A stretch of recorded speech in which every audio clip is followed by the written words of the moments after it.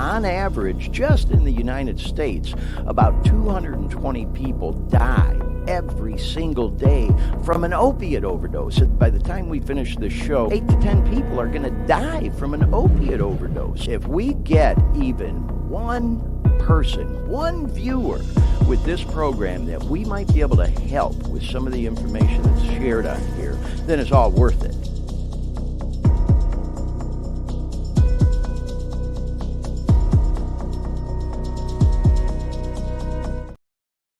Hey everyone, Glenn Victor here. Welcome to the Dare Me podcast. We're so glad that you're tuning in with us today. It is episode 26 of the Dare Me podcast, and we've got a great episode for you today. Paid a visit this past week to a great event here in Sacramento, California, where we're coming to you live from right now, called Recovery Happens. It was the 31st annual Recovery Happens event held at the California State Capitol here in Sacramento. And when I was at the event, I walked through all the expo areas and checked out all the cool booths and vendors that were there. I got some great interviews with some folks that we're going to show on the program today. We're even going to have a demonstration of how to properly administer Narcan, which, of course, is the antidote for someone who may have an opioid overdose. So you want to stick around to see that. Also met with a state senator who is sponsoring a bill to hopefully help with the opioid crisis and treatment area. We'll talk a little bit about that and hear from the senator in an interview that, in a speech that he gave at the event. So that's all coming up on today's program. We've got a couple of stories in the opioid news that we want to talk about. We've got some music news, some funny memes we'll talk about, and some shout outs too. So that's all coming up on the program today. Right now, we want to bring in our co-host and producer live from Orlando, Florida. There he is, Dean Baker. What's happening, Dean? Hey there, Glenn. Hey, how's things in Orlando, man? Is the weather starting to break, or you still got humidity there in Florida this time of year? Oh, it's still pretty humid, but it's definitely less than it was, or less hot than it was last couple weeks. I meant to ask you last week, and I completely forgot, bro. How'd you make out with that hurricane that passed through? I know it went further north, but did you get some of the bands in the Orlando area that came through? What was it called? Idalia? Was that the name of that one? It didn't really do much here. It just, for the few days afterwards, it kind of dragged a bunch of little microbursts through, right on. So we had some pretty, just pretty good rainstorms for the next 3-4 days after, but for the most part, it was. Glad you dodged the bullet and just got a little rain. We want to definitely send our thoughts and prayers to all the folks in northern Florida there. My second hometown. If you're new to our program and may not know, I lived in Central Florida where Dean is right now in Orlando for 30 years. I've been here in Sacramento for almost a year, coming up on my California-versary, as we say.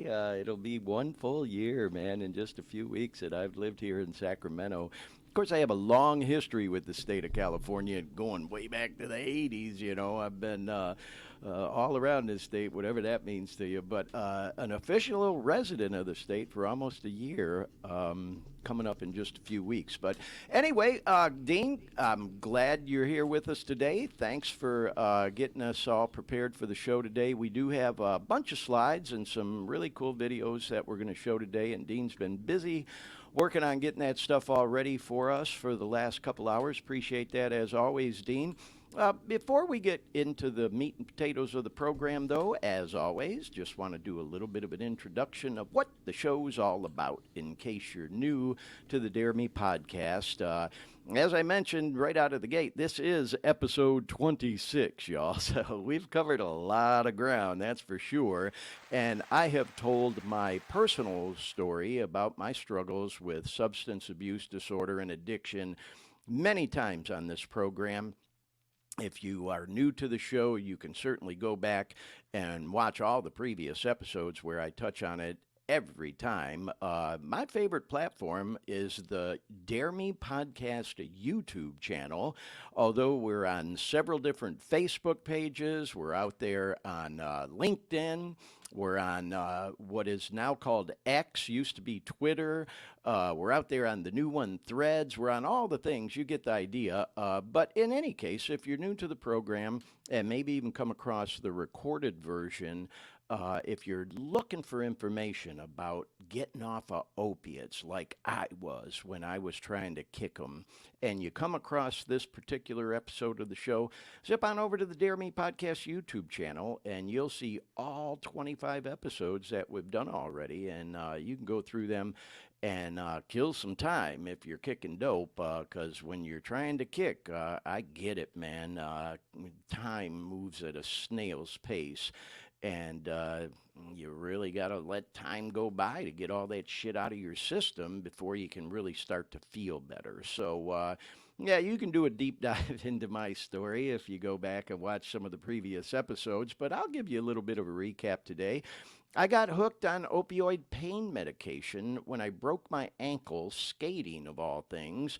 And I had surgery, had a few pins put in my ankle, and then I had another surgery where they actually took a couple out. But you get where I'm going with this. They prescribed me opiate pain medication, and it worked great out of the gate, as we say. Made me feel great and certainly worked well until it didn't. I became physically dependent on that medication. If I didn't continue taking it, I would get sick, dope sick. And I was hooked on it for 9 years. And I went through them all, bro. I went through Vicodins, Percocet, Oxys, Demerol, Dilaudid. At the end of it, I was snorting heroin because I couldn't get the pills anymore, and I'd get dope sick, and I was hopelessly addicted to it. Trading shit with other people I knew that were using it, getting it off the streets. You get the idea. I'm not proud to acknowledge that. It is my story. It is what it is. I just decided to do this podcast and put it all out there to see if we might be able to help even one person, as we say in the introduction to this program. By the way, I see we got some viewers, some listeners, and folks in the chat room already. Want to welcome y'all to the show. Thanks, as always, for tuning in. So, yeah, if you're new to the show, and like I said, you're looking for information like I was when I was trying to get off the dope. I was Googling and searching YouTube, how to get off opiates, how to kick opiates, all that kind of stuff. There's good stuff out there, but there's nothing like what we do with this show, as I always say. And we go live every Sunday, and then, of course, we post the recorded version on the different platforms that we're on for people to go watch and listen to anytime they may want to. So we hope we provide good and entertaining content for anyone, because we do talk about a lot of different things. That name, Dare Me, actually stands for some things, and we like to put these hashtags up on the screen from time to time, and just there they are. Thank you, Dean, for throwing those up there. We like talking about drugs, addiction, recovery, which we've already talked about. We talk about enlightenment. There's a few episodes out there that we talk about that, spirituality, enlightenment, things to that nature. And we'll talk about it more as we go.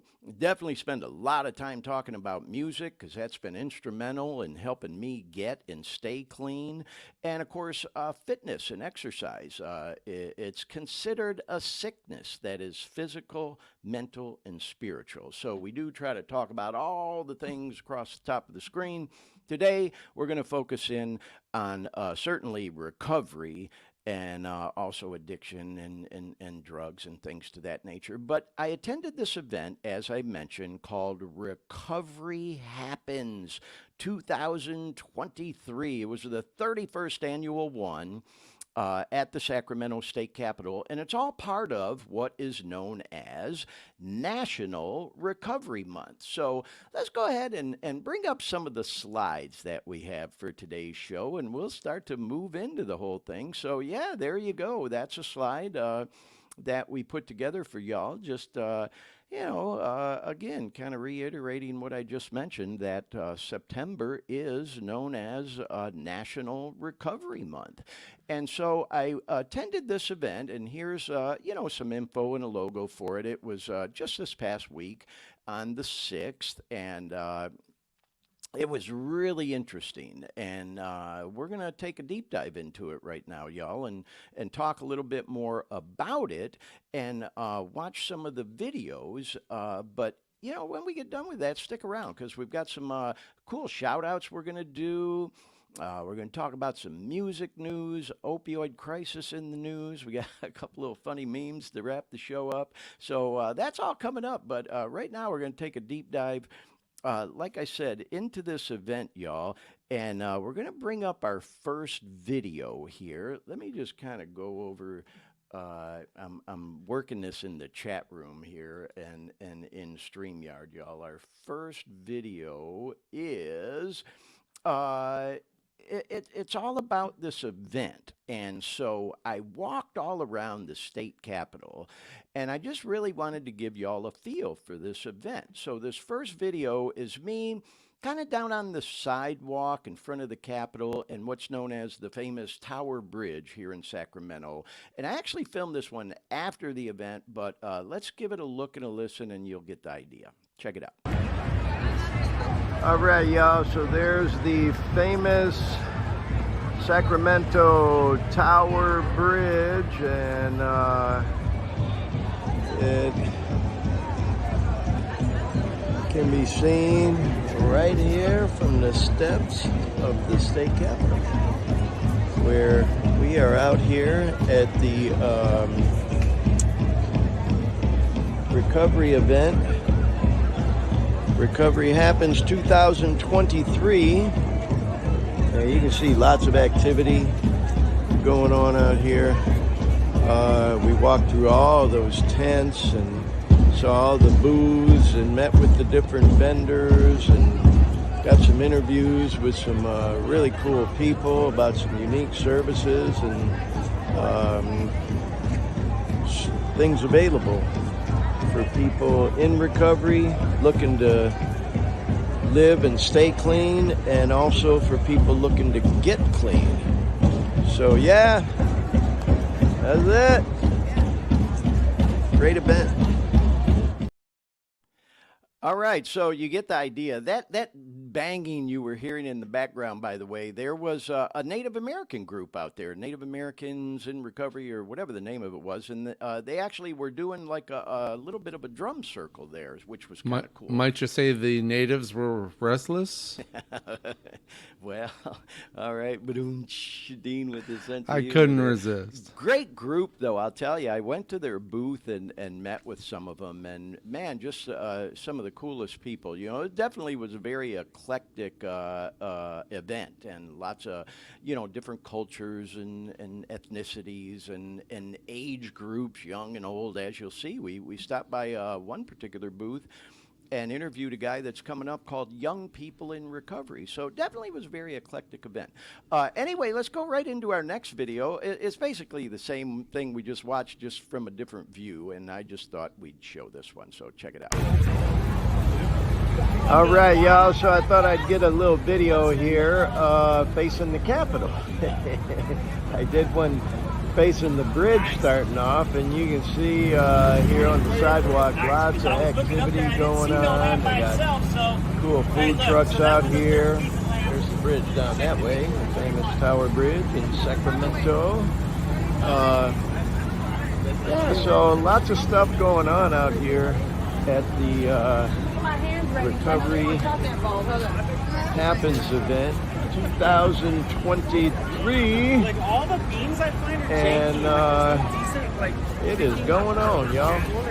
So anyway, just thought I'd show you another little perspective of the event out here on the lawn of the state capitol of California. So there you go, folks. And keep in mind, I was out there quite early. The event started at 9 in the morning, so it didn't look real crowded in those particular videos, but it definitely got crowded at various times throughout the day. I mean, it wasn't like packed bumper to bumper, elbow to elbow or anything, but at different times it kind of fluctuated. We're going to go into this next video now, and this was like the kind of the beginning of the day.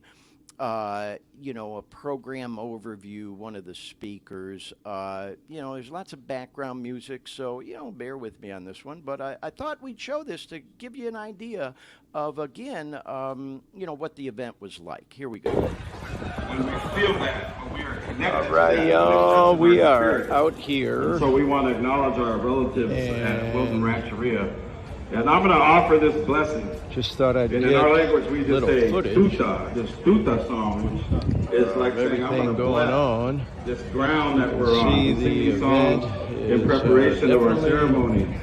going Every on. time we It's come quite together filled as up. tribal people, we believe that Senator ceremony. Cortese is about And to I'm speak a in a person little in bit. long-term sobriety, And abstinence. just thought I'd get a We little call it footage. Friday. We'll go check out all the booths and Anyone here? vendors and all that stuff in a little bit. Can we do it? So we In get our some way, footage we of found this a thing God start of our now. understanding. Here we go. So where we All right, y'all. So, you get the idea. It was really a cool event. And, I really thought it was a great idea to show all this on the program today because, as we've talked about on this program many, many times, one of the biggest stumbling blocks for people who get hooked on whatever kind of drugs or dope it is, when they want to try to get clean, is this whole fucking stigma. There's this stigma attached to it, like, oh God, what are people going to think? Oh my God, I can't come out of the closet and let people know that I got hooked on this or that or the other, or I'm an addict.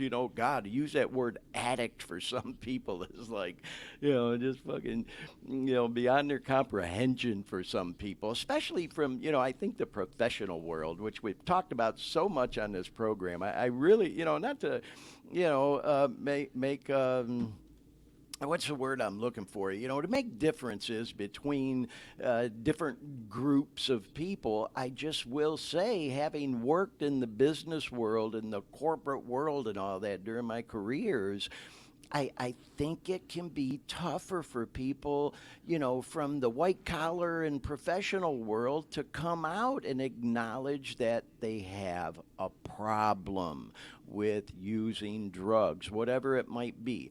And if you struggle with that word addiction because of this whole fucking stigma, try to maybe get with what's become, I've gathered, kind of the new buzz phrase. It's a substance abuse disorder. It affects so many people. I don't think any of us could say that we don't know at least one family that it has affected in some way.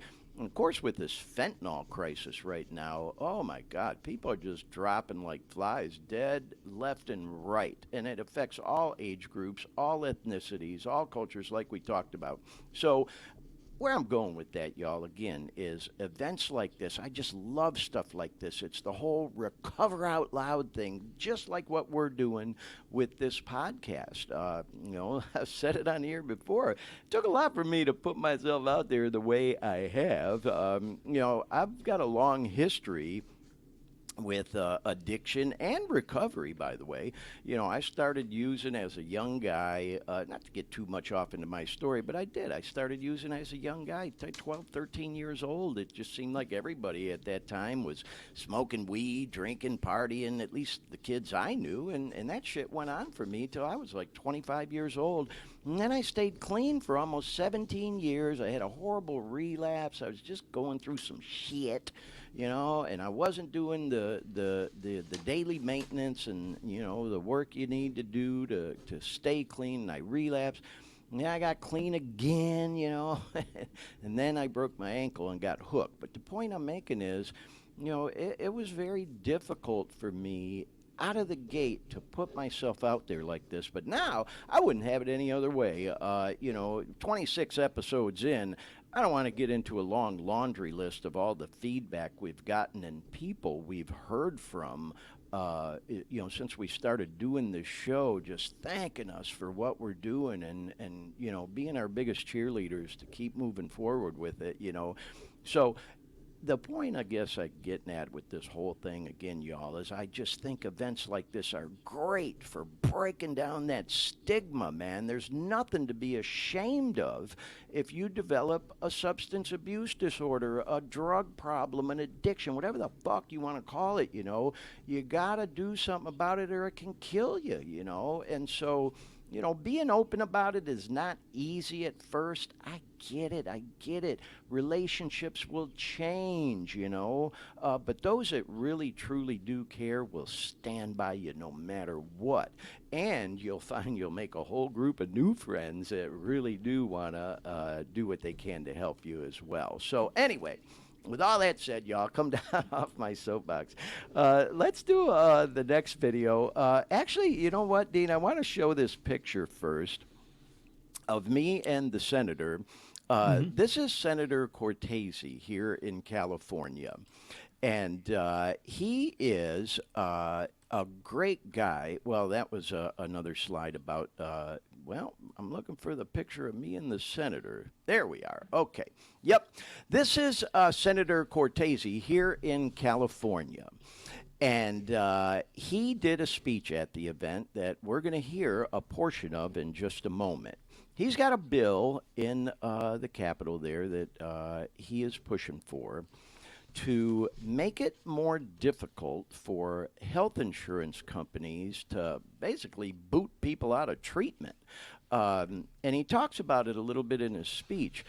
Not just booting them out early, but even approving people for substance abuse disorder treatment.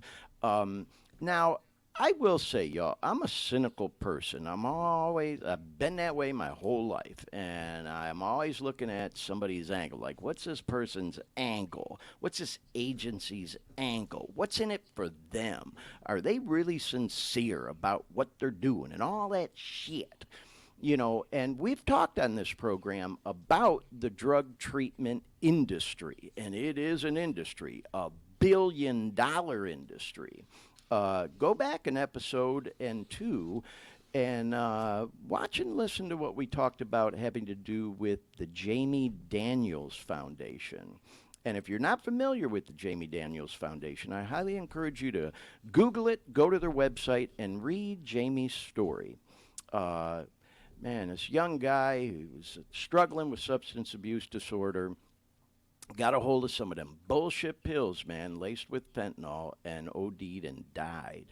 And God bless his family. They formed this foundation. We talked in depth about it on our last episode, y'all. But they tell the story of him and his involvement with the treatment industry and how things didn't go the way you might think they would. And let's just put it that way. I don't want to get into the long story about it, but what I'll say is, and I talk about it in some of the videos we're going to show today, you really want to do your research on whatever treatment agency you may choose to use if you decide to go into drug treatment.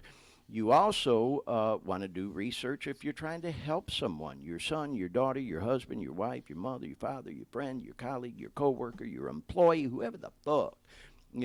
There are a shit ton of great ones out there that are legit.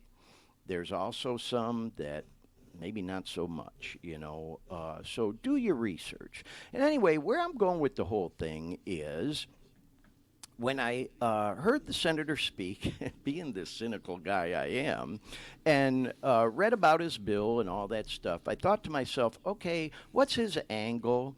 Is he getting PAC money from the treatment center, the multi-billion-dollar treatment center industry, to sponsor a bill like this, to put pressure on the insurance companies, to fund, treatment for people wanting it? And quite frankly, I'll be honest, y'all, I did not do the research. That's all public information, but I didn't look it up. What I will tell you is he seems like a really nice and legit person who gets it. He does get this whole opioid crisis that's going on and the whole drug treatment, concept. Is that the right word? The whole drug treatment industry and all that. He understands it.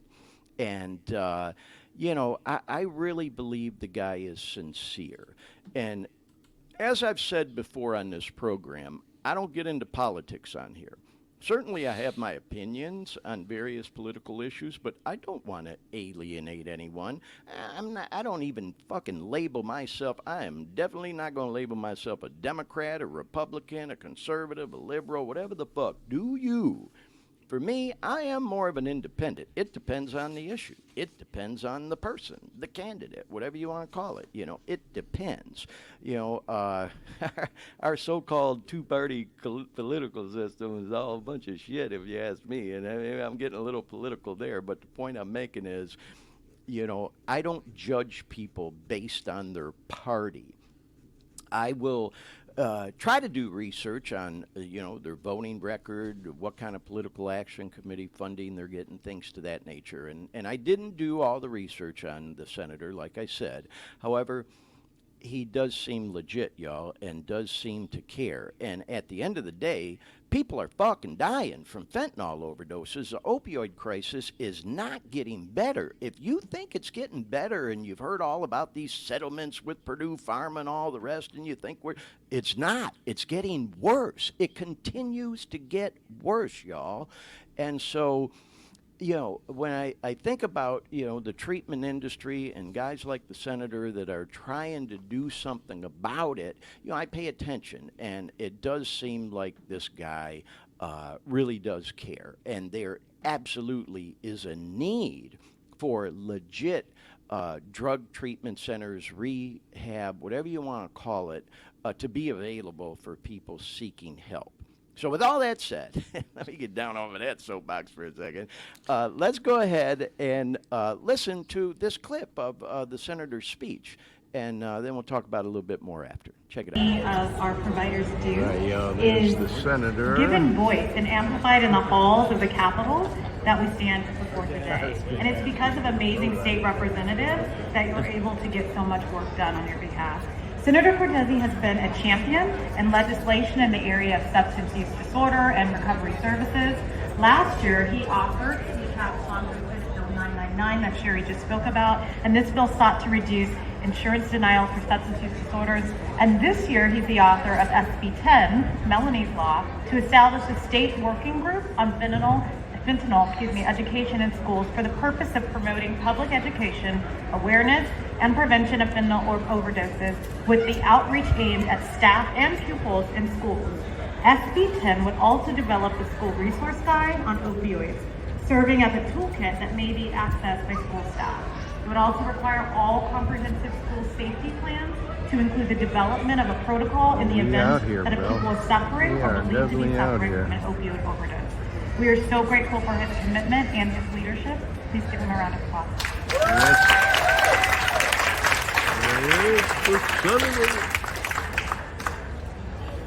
Well, thank you very much for the warm welcome. It's great to be here with all of you, and I'm proud to work with all of you on the issues close to home for all of us. And we're happy to see you here in Sacramento today, and hopefully you'll be back one day at a time. You're all about pushing for top-notch practices, of course, and ethical standards in substance abuse programs and amongst professionals. I'm deeply grateful for your dedication to improving the lives of the people that you serve. The cause resonates with me, to put it mildly, and that's why I love working with your group. The legislation you heard about that I authored last year did pass both houses of the legislature, and I just want to clarify that. It's not as if my colleagues in the Senate and our colleagues over in the Assembly refused to support what you wanted, what I wanted, but when the bill got to the governor's desk, it was vetoed. That's not all bad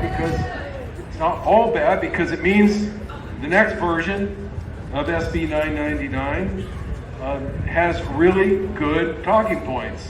My colleagues are going to know they voted on this before. that the legislature pushed this to the governor's desk before, and we just need to get aligned with the governor so he signs it into law. So there's obviously a lot more to that speech, y'all, and a lot more to the bill than things I mentioned. Obviously, the person that introduced the senator talked about, and he referenced briefly, the educational component in there, and talked about a need for us in our public school system to educate our kids better about the drug crisis, and specifically this opioid and fentanyl crisis. And I couldn't agree more. You know, some, oh boy, I'm gonna go down this rabbit hole, man. You know, some of the things they do in public education, the requirements they have with things like algebra and, you know, training people to pass a goddamn test, but meanwhile, they won't even teach a kid about, you know, things like this. So anyway, that's a whole nother story. Just thought that we'd share a little bit about that, y'all. Now let's go into, you know, some more video from the event, because they also had a banner contest. And it's pretty fun to watch. They had a march with all these different agencies that were there that decided to participate in the banner contest. And they did a walk around the Capitol, which was no easy task, because if you know Sacramento, if you're from Sacramento, there's a lot of construction going on around the Capitol right now. So I followed them as best I could, and it really was fun, and some of them got really creative. So let's go ahead and watch this video here. This is fun. All right, they're supposed to be starting this recovery walk of some sort here. Alright, so we're going to get those banners. You got those banners out? Yeah, it's a recovery banner walk. If you have a banner, you win a prize. We have judges, and they're going to, so after the walk, we're going to meet back here, and then we're going to judge the banners. So, everybody that's getting ready for the walk or roll, are you ready? Where's Michelle? She with me? All right, Michelle's with me? All right. So this is Michelle. I'm not sure what's going on here, y'all. I'm just recording and going with the flow. We'll see. She volunteered to lead the walk with us. I don't know where we're walking or where this is leading, but we'll see. I'm looking for the banners. Oh, there's a banner. There's one banner. Oh, there's a couple more banners. Here, let me get on the other side of these. Come on, come on. So I can. Oh, there's one. Come on, guys. Hey, do you know where we're walking to? Around the Capitol. Oh, all the way around. Oh, Circle, okay. big circle. Okay, cool. Brought his blanket. There's one. Recovery happens at Sacramento Recovery Court. Okay. Oh, look, here come the banners. There's another one. Sober Mamas.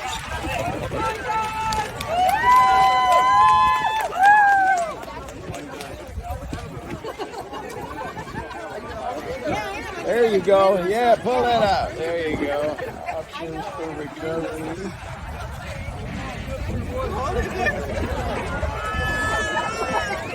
Like that one. Beauty. Definitely got some treatment centers out here doing some advertising, but that's all good, man. You know. Just got to make sure they're legit. So, okay, we're going to walk a little bit. I don't know if I'll record this entire walk around the Capitol. There is construction going on out here, so I don't know how in the world we'll be able to go all the way around the Capitol, but clearly we're making our way. Oh, there's Judy. In the very front. Along some type of path. There's some other stuff going on out here too. I saw some news reporters that were out here covering some other stuff going on. But anyway, I'm going to keep walking, and then I'll probably pick up recording in a little bit. Let's see where we go. So there you go, everyone. We got some more video of the banner march, but I just wanted to reiterate, as I was watching it came to mind, what I was saying earlier. It's this whole recover out loud thing, and as I'm sure you could tell watching that, it truly was an eclectic crowd. I mean, there were people from all different age groups, ethnicities, cultures. It was just really cool to be there and watch people participate in the march and the whole event, and get the attention, because like I said in the video, there were a lot of other people around the Capitol that weren't there just for that event, and certainly got some news coverage and all too. But anyway, let's watch the next video about the banners. This is interesting because they. Okay, y'all, I'm picking up again. Here's a couple more banners I didn't see earlier. Oh, this is the Native American group that was speaking earlier. How do you say that? Akua Native Healing Relations. There's another cool-looking banner. They worked hard on this one. Look at that one. Sideways. Sideways. Sideways. Cool as hell. That's a cool banner. Oh, look, here comes another one.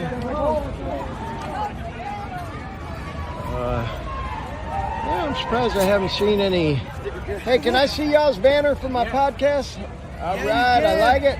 Cool. Thanks, brother. Yeah. That one's cool. Yeah, I'm surprised I haven't seen anything for NA and or AA. I mean, get the whole freaking anonymity thing, but they both have PR committees, and there's no reason that they shouldn't have an informational booth out here. Maybe they have a booth, but just didn't do a banner. So I'm going to go walk them booths in a bit. And hopefully there's some representation.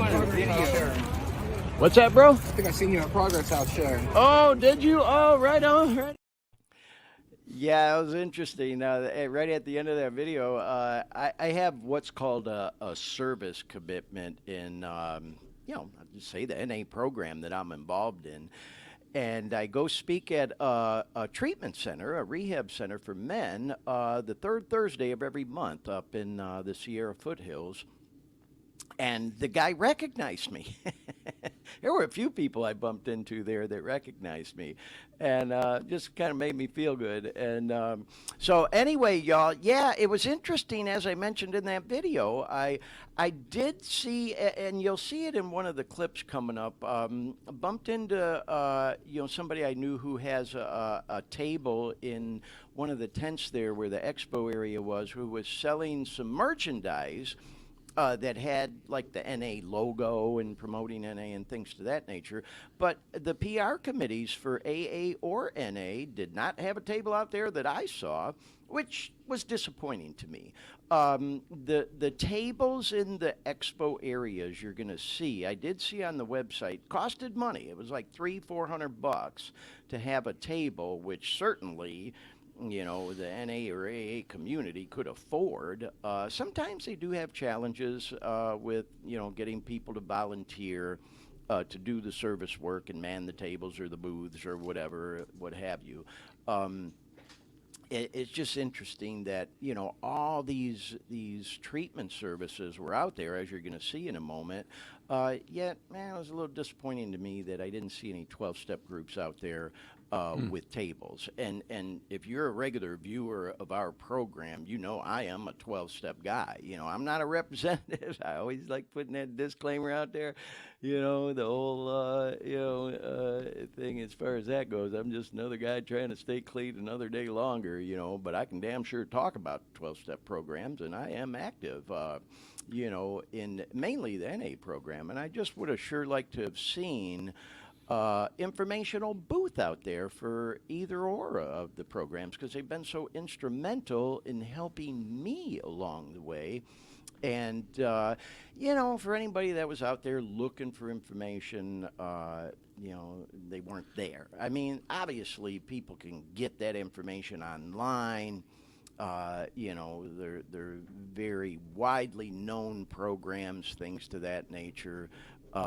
It just would have been kind of cool to see him have a booth out there. But anyway, let's move into this next video. Well, next year you can bring your own banner. Have the Dare Me banner. Well, you know what, Dean? I'm glad you interjected there because that one I meant to mention that one banner for A House, the really cool and colorful one. I had some video of it, but I just didn't put it in today's program because it would have bogged it down a lot. They did a contest, and at the end of the march, they voted on what the best banner was, and everybody there thought A House should have won. It was this very creative, handmade banner and everything. And they ended up giving it to this one treatment center that had this digitally created banner, and everybody's like, "What the fuck?" I mean, they definitely had probably the most boisterous crowd, and the A House won second place. But there was some funny business going on with the voting there because A House sounds like that was politics, huh? Yeah, yeah, they definitely had the most creative and colorful banner, but everybody knew they should have won. But it's all good. It was all in fun.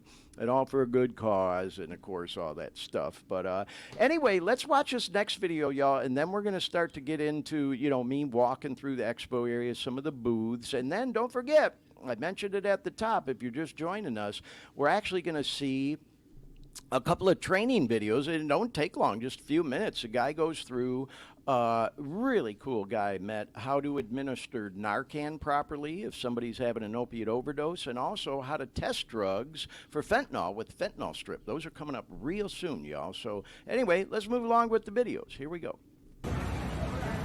All right, y'all. So here's another banner. Oh, we filmed that one earlier. I'm back recording again. You know what? I'm going to go this way and start recording some of the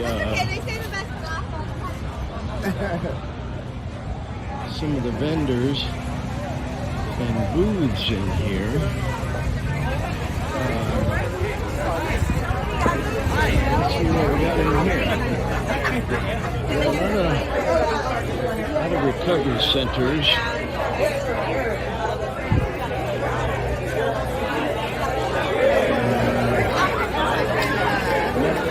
Heritage Oaks Hospital, Alpha Oaks Cornerstone,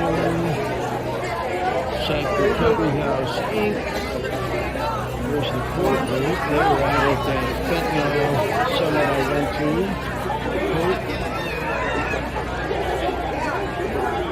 This one over here.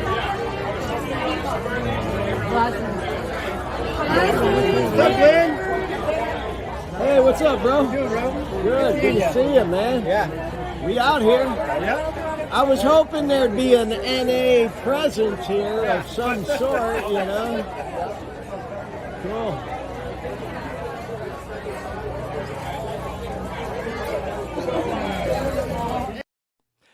So obviously there was a guy I knew that I bumped into, and I mentioned that briefly. It wasn't an NAPR informational booth table, but at least there was a presence out there. They were selling merchandise with the NA logo and things of that nature on there. So that was kind of cool to see. Anyways, y'all, you get the idea. There were I think 3 of those huge tents set up where they had all these vendors with their booths and informational tables and things set up. And I walked through another one. And then after we watch this video, we'll watch the one with the Narcan training. So check this one out first. All right, y'all, I'm filming again. I bumped into a couple people I knew. So there's that tent. Let's move into this tent. And there's this Diamond House Dual Diagnosis Treatment Center in Elk Grove in the Sac area. Through Mind and Body. These events are like, it can be like trick-or-treating for adults. When you go through these things, they're all always giving away stuff. Sac County Proby, first steps. A lot of treatment centers here, that's for sure. Spire. Whoops, sorry.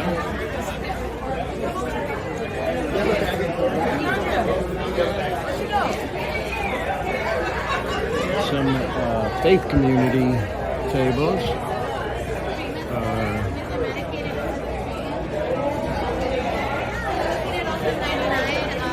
One specifically for opioid use disorder. All kinds of beads. Bridges.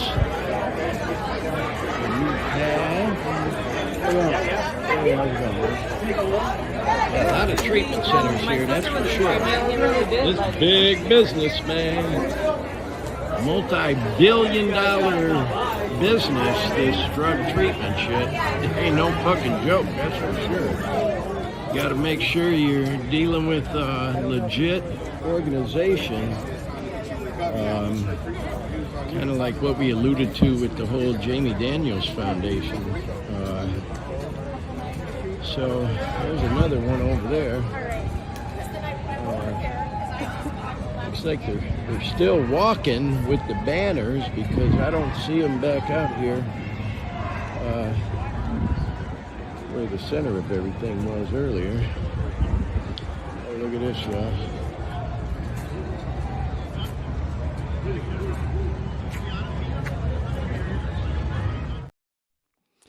So, yeah, we're going to show another video shortly of those little posters that I ended that particular video clip on. Right now, though, we want to go into the next video, which is, in fact, training on how to properly administer Narcan. And you saw just a short little clip of the front of their booth and you know, the area where I saw this. So if you hadn't noticed, you probably heard a couple of times in today's program, in my voice, in my tone, in the things I've said, maybe a underlying tone of cynicism when it comes to the drug treatment industry. Have you picked up on that at all, Dean? Not at all, Glenn. Not at all. Not at all. As he said sarcastically. You were just a delight. I will say, Dean, I had a great experience with one of the rehabs I was in, and I'm not trying to endorse them over any other. I'm just saying they are legit. It's a place called Brighton Hospital in Brighton, Michigan, one of the oldest rehab centers in the country. A lot of famous people have gone through there, too. Eminem, Marshall Mathers is probably one of the most famous people that's gone through there, being from the Metro Detroit area because it's in southeast Michigan. They're legit.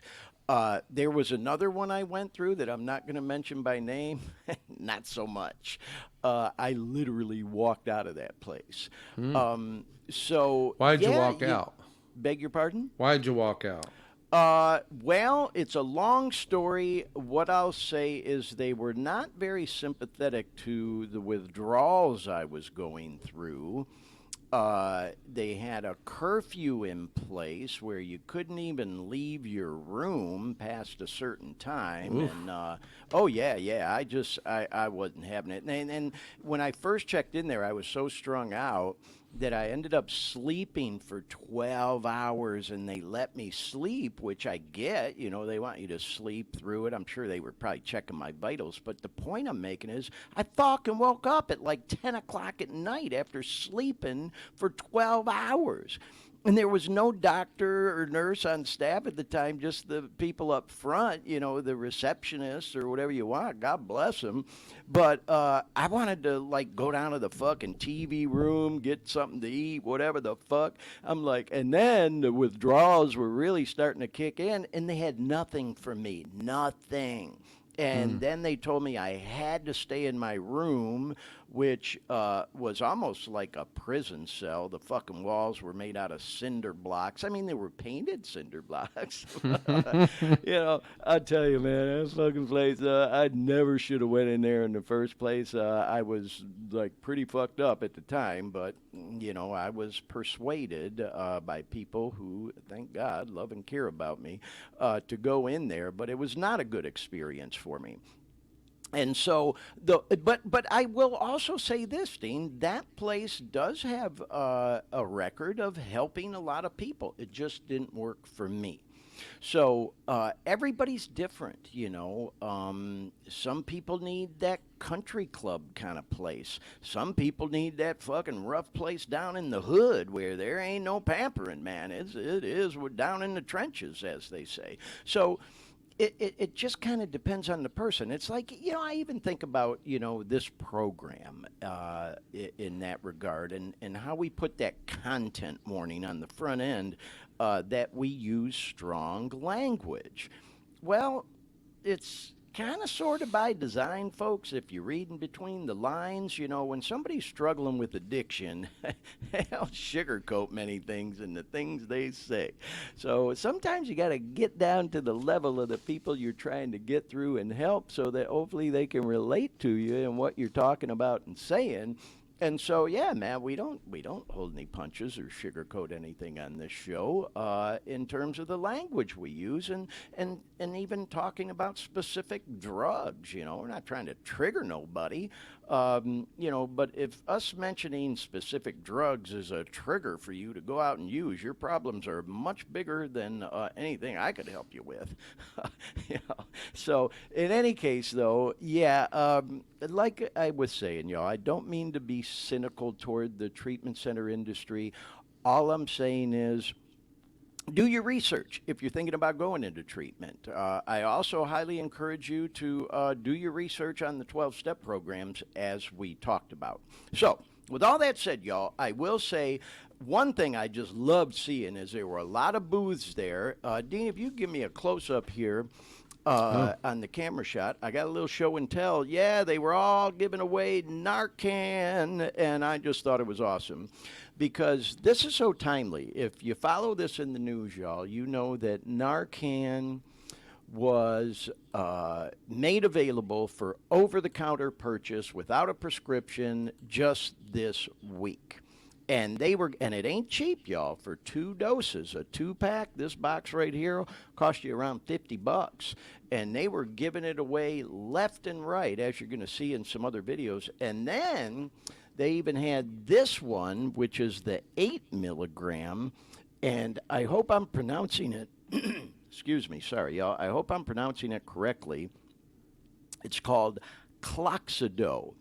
And you can see it's another brand, if you will, of Naloxone, which is, Narcan, basically. And it's the antidote for somebody that overdoses on an opiate. So they were giving both of these away on just about every other table you went through the expo.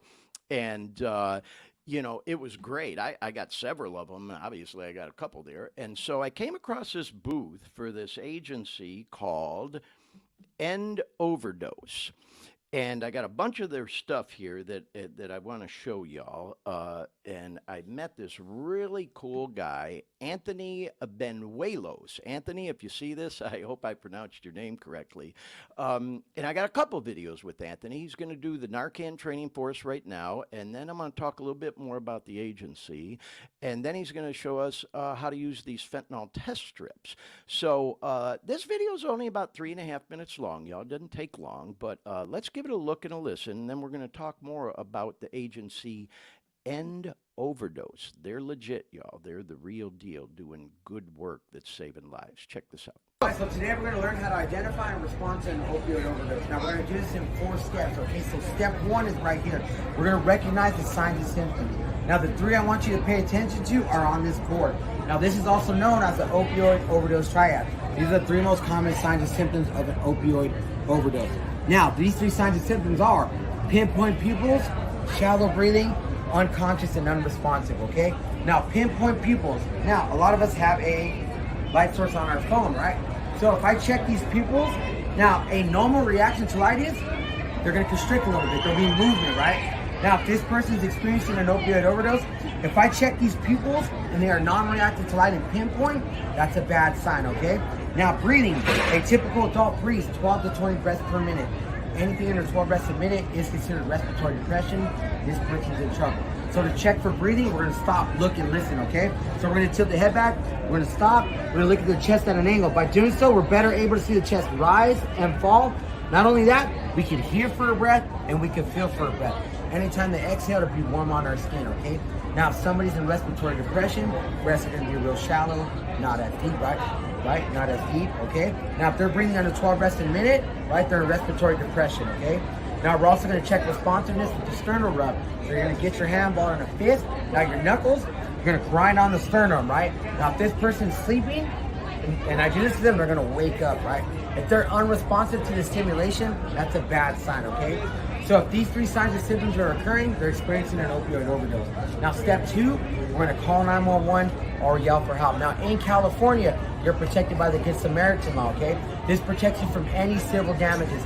Now, this law also protects an individual who is under the influence of a controlled substance, in possession of a controlled substance, and in possession of drug-related paraphernalia. Do not be afraid to get help along the way, okay? Now, step 3, we're going to administer Naloxone. This is a medication that they use to reverse an opioid overdose. Now, it's real simple, real easy to use. Now, you're going to get your hands like this, 2 fingers up top, thumb on the plunger. You're going to insert in the nostril as far as the fingers let you, and you're going to hit the plunger once, okay? Now, this is a demonstration device. If you click the top, it unlocks.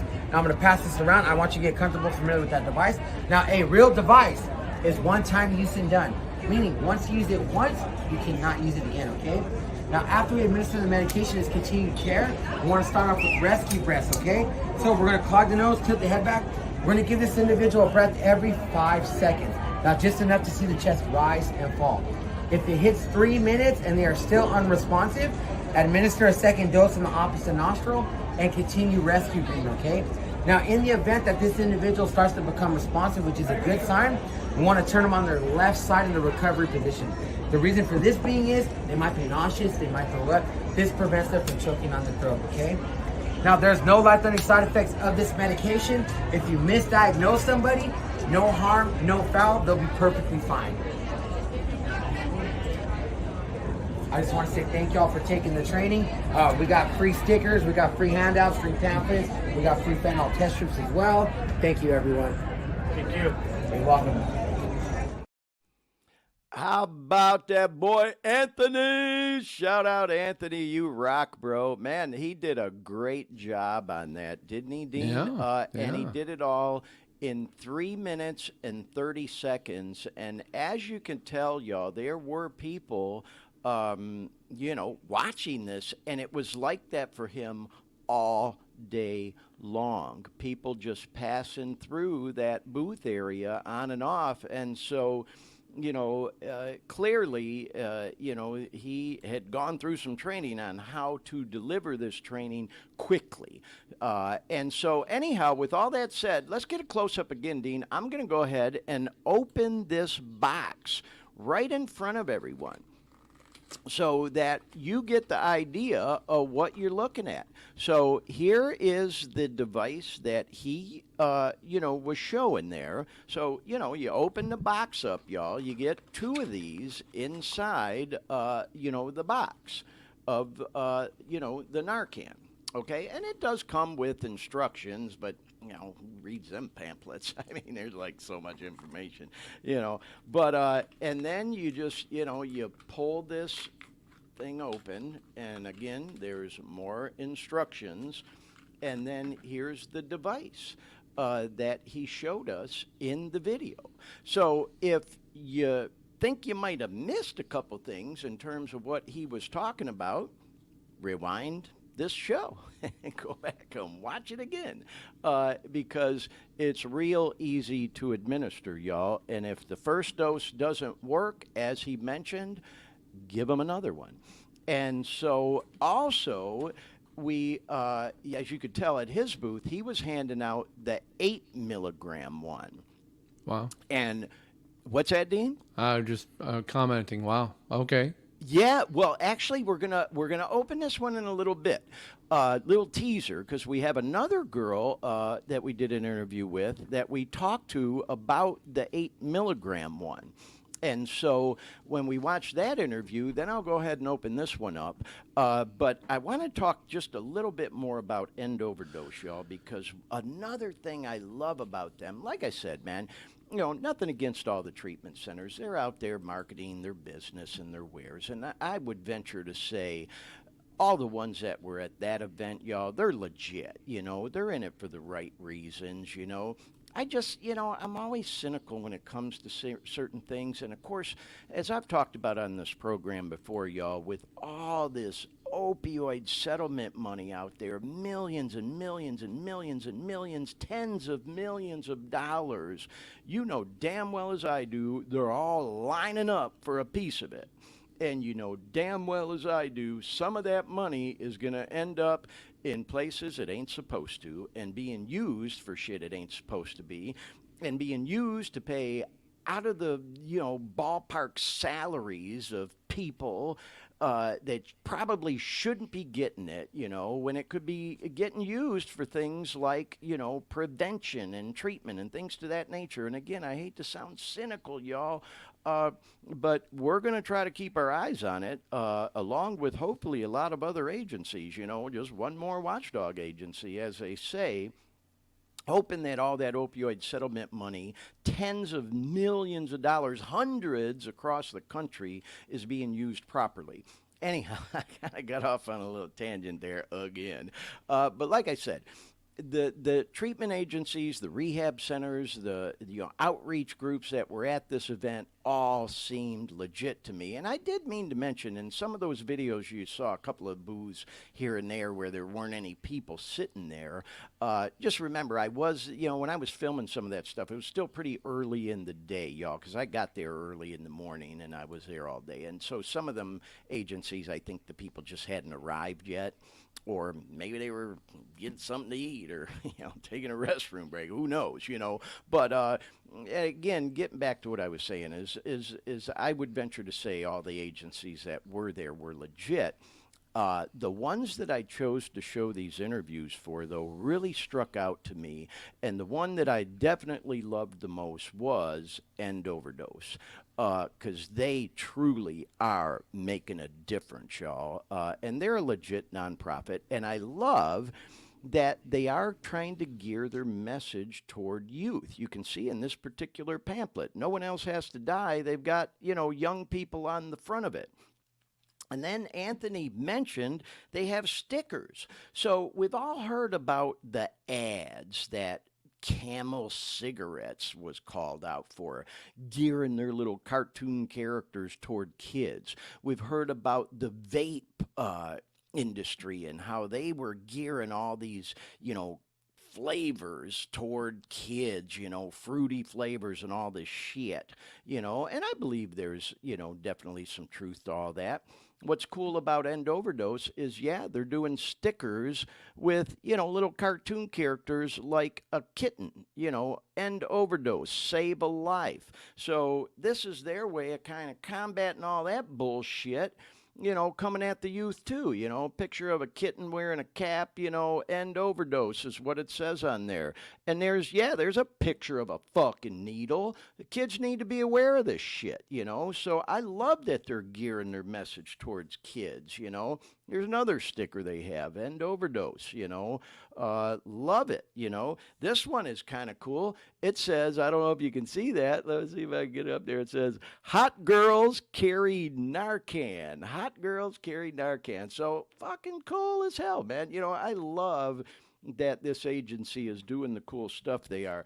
Then they had cards with these little comic book stories and characters on it. So, you know, when we talk about an agency trying to gear their message to the youth, I love it. And then they had this as well, this little flashcard, you know, first aid flashcard for, you know, somebody, going through an opiate overdose. It's just a quick glance flashcard, and, you know, those were going off the shelves.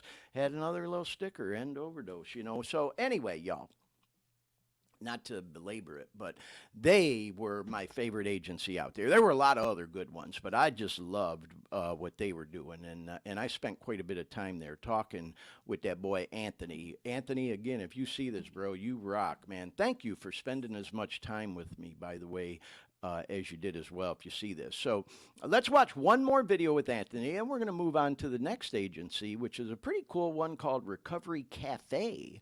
And we'll hear briefly from the gentleman that I met at that booth.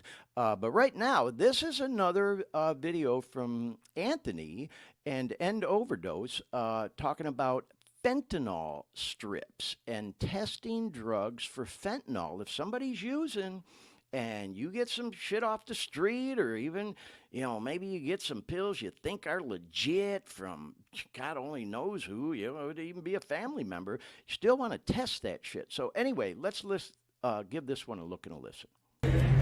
All right, y'all, we're out here with Anthony Banuelos from End Overdose, and we just Anthony saw that awesome training and demonstration you did on how to administer Narcan, bro. That was awesome. So wanted to give you an opportunity first to tell you a little bit about your organization, then you're going to teach us how to use a fentanyl testing strip. Absolutely, absolutely. Tell us about End Overdose. End Overdose. So End Overdose is a 501c nonprofit organization. We're based out of Los Angeles, California. Right. Now we're working to fight against drug-related overdose deaths through education, medical intervention, and public awareness. Now, education, we educate individuals on the signs and symptoms and also the steps to take. Now, the purpose of our training is to get you more comfortable, more confident with taking action to save somebody's life. Right? Absolutely. Now, medical intervention, right? Now, we cover the Good Samaritan law. We encourage you to seek medical assistance, right? We need to get this individual to the hospital where they can be properly monitored, okay? Now, we also distribute Naloxone, the medication that they use to reverse an opioid overdose. So if you know anybody that could benefit that needs Naloxone, they can get it free on our website, www.endoverdose.net. You can also check out our IG at end.overdose. And public awareness, like we're destigmatizing this conversation. This is something that we need to talk about in our society. You know, fentanyl is such a prevailing substance in our society nowadays, and they're lacing a majority of substance with it. So we need to talk about this. We need to be vocal. We need to spread these resources is what we need to do. Shit almost killed me, bro. I got a hold of some of them bad pills when I was using, you know. But so anyway, like you were saying, man, what you just, you know, demonstrated. Whoop, I'm doing it the wrong way here. Okay, over here. Yeah. You demonstrated, bro. Helps a person to feel like more in their own element if they ever do have to administer the stuff. So tell us about the fentanyl test strip, though, if you would. Now, our fentanyl test strip, we offer this as a preventive measure. Basically, you know, take, for instance, someone's written a prescription to opioids, right? Right. Now, say I run out of prescription. How many times have we asked a neighbor for some pills? Like, hey, neighbor, hey, my back is killing me. Or just flat out buying them off the street from a plug, you know? Absolutely. And maybe somebody that's a first-time user, somebody that's like an addiction, that's not an active fentanyl user, right? Now, we want individuals to be safe. It's kind of, we want individuals to kind of be responsible in a sense, preventive measure, right? I'm not an active fentanyl user, right?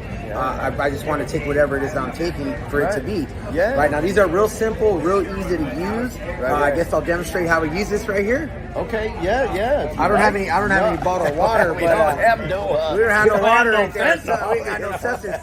But if it's in a pill form, we encourage that you crush up the whole pill, and mix it up.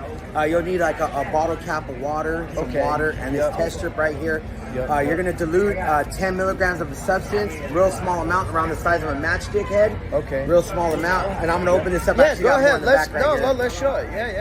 I love this, man. It's, again, I think just by watching this will help our viewers to feel more in their own element if, unfortunately, they ever have to, deal with something like what we're talking about. Yes, sir. Absolutely. Okay. Now, the test strip's going to look like this. Now, the blue end, after we dilute our substance in the water, right, Yep. dilute it, let it dissolve, Yep. you're going to hold the blue end of the test strip, right? You're going to dip in solution for around 30 seconds. Okay. You'll see it soak up into the strip right here. Right. Now, when you take the strip out, right, it'll have a reading on there, right? Now, the reading's on the back. You're going to have two red lines. It's negative. There's no fentanyl in there. One line, there's fentanyl present. You got a bad batch. You probably shouldn't use it. This is similar to like the COVID test or whatever, Yeah. So, yeah, man, I the way you say you probably shouldn't use it, don't fucking use it. Probably shouldn't use it. You got a bad batch. Yeah, for real, don't. But hey, bro, thank you so much, man, you're for welcome. what you guys are doing here.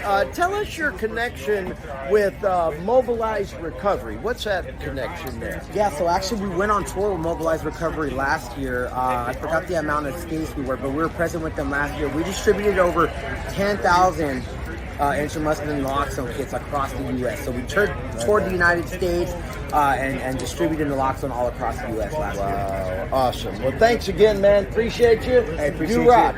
Thank you. Peace. All right. Wow, man. Did you hear what he just said, Dean? They distributed over 10,000 doses of the Narcan, man. How cool is that? The dude is legit. And then let's get another close-up, Dean, because I do want to show the back of this. There was some glare when he was doing this is the fentanyl test strip package. And here is the back of it. And you can see it. There's still a little glare, but you can see better that strip with, the two lines underneath and the one line up above for positive and negative. And then there's a barcode. I'm trying to hold it steady, so if you were interested, you could certainly scan that barcode for more detailed information. But anyhow, y'all, I just thought it was great, and I certainly got some of those that I've got on hand that, I could provide to anyone if they wanted them. And I was just going to the End Overdose website. Or go to the End Overdose website. It's pretty cool. It's a .net, endoverdose.net. They've got this commemoration garden. Have you seen it? No, that I didn't see. You want to take a look? I can bring it in. Let's bring that up. Okay, so hold on. I'm just going to add What is it, like a memorial? Yeah, I'm just going to add the screen. Hang on. Let me go with the entire I appreciate screen. you doing that, Boom, Dean. Yeah, I was share. just, not to make excuses, but I just was doing so much prep for today's show that I didn't get really or take the time to do a deep dive into their website, So the sites works really nice. It looks get pretty, certified free Naloxone, get fentanyl test strips, commemorative garden, support us, and go into the site, and it's just Wow, look isn't at it that. crazy Here, the I kind was of saying numbers they're hitting? 10,000. They've distributed over 81,000. Wow, bro! Yeah. I'm so glad you brought this up, Dean, because like I said, I hadn't looked at this.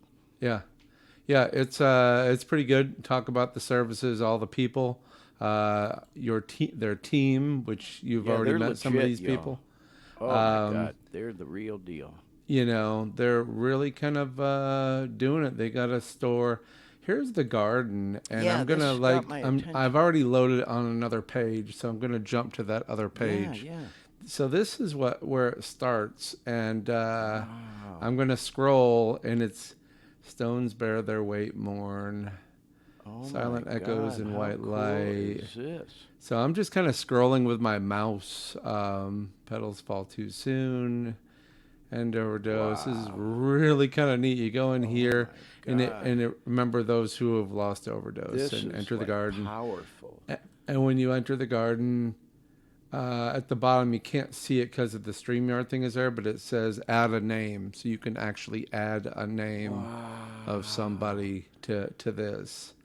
And Man. this is you're at the top of this. That was really Dean, cool. I can't thank you enough for bringing this up, bro, because it just kind of reiterates. I mean, I had this sense after meeting Anthony and watching his presentation and hearing more about the organization and reading the brochures that this place is legit. And now watching what you just pulled up reiterates that with me that much more. They're the real deal, y'all. They are not just helping people, but literally saving lives. And I'm so proud that I was able to meet with Anthony and learn more about the organization and share it with everybody. This looks like you can do it in VR. It's that kind of feeling to it because you can look it all over. And I'm wondering if they have it so that you can, on the Oculus, you can kind of get in and look around. How cool is that? It's pretty neat. And yeah, it is. I'm still having, I guess I have to add a name to do something, but yeah. If I were to add a name, it's going to open up, and then I get it, and hopefully we would never have to add a name. But you know what, man, what a unique tool to help people heal, because you know this takes us in a whole nother direction almost with the whole thing that when somebody dies of a fentanyl or any other opiate overdose. Yeah, that person's dead and gone. We also want to remember all the other people it affects. It affects their family, their mother, their father, their son, their daughter, their brother, their sister, the whoever. That was one of the things that I had to really come to an understanding of, even in my own recovery, is that it is a selfish sickness because we forget that it affects the people that love and care about us. And sometimes I talked about this with a friend of mine at a meeting, that sometimes when we're out there fucking up and we're using, we know we're fucking up. Our self-esteem goes so low because we feel like a piece of shit because we know we're out there fucking up, using, and all these things, And so we forget that people do love and care about us. And so, man, when somebody dies of an overdose, Dean, that is such a cool thing. I am so glad and so grateful, bro, that you did a deep dive into their website and brought this up and showed that to us. Because when someone dies, man, that's just another tool that can hopefully help people that love those that die in the healing process. Before that, I was on Narcan's website just to kind of get some idea on what they're all about, and I'll put it up. You may not want me to stay here, but no, but the everything, the stuff you just went through. But one thing I did notice over here. Safe to use even if opioids are not present. Yeah. Oh, yeah. Which is I don't remember hearing that. So if you misdiagnose somebody, it is safe to use even if they're not. No, that's ODing. Talked about. Yep, Yeah, absolutely. I must have missed that so part. if you're, as you just said, if you're suspect that someone did, ingest some opiates and they're unconscious, and you give them the Narcan, but they never did take any opiates, it can't hurt them. It can't hurt them at all. Right. So that was kind of that's kind of good to know, and I think that alone has to be because people are just so afraid of.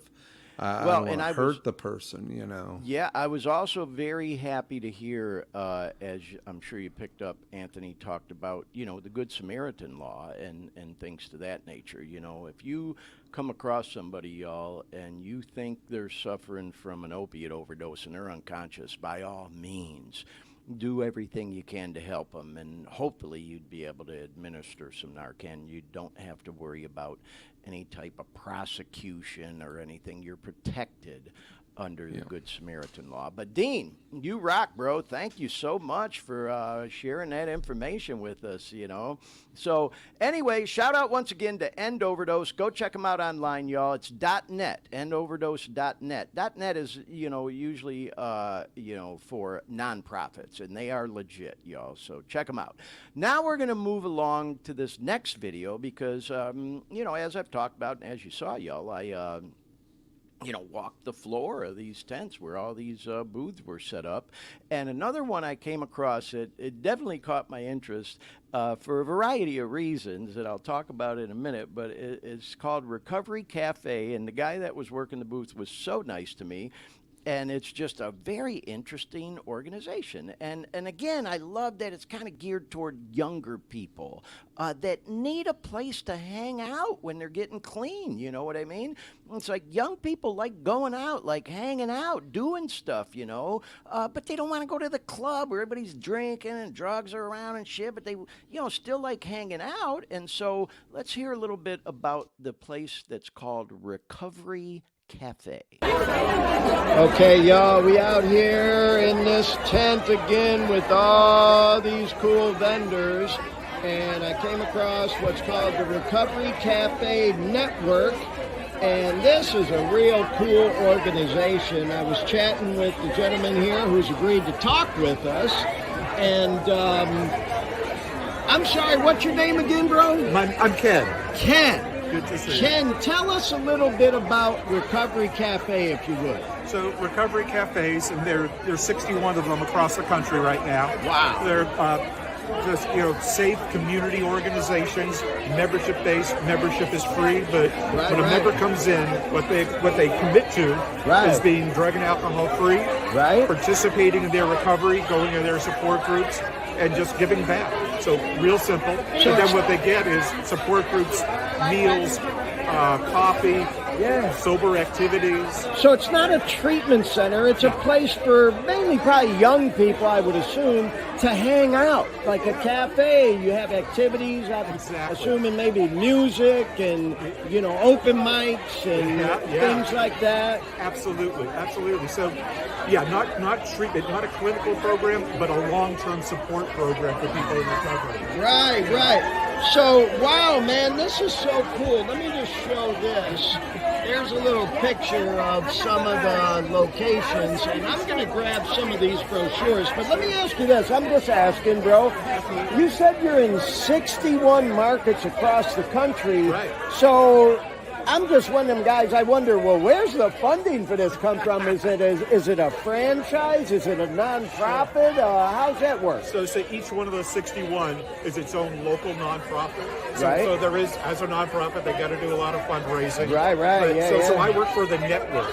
Right. So it's not a franchise. It's a social licensing model. Yeah. So, but what the network provides is training in how to run a cafe and how to do the fundraising. Wow. So we provide a lot of support and training for local, small community nonprofits who choose to run a recovery cafe. Bro, I love it, man. I love it. Ken, thank you so much for talking with us, man. If people want to check out recoverycafenetwork.org, they can learn more.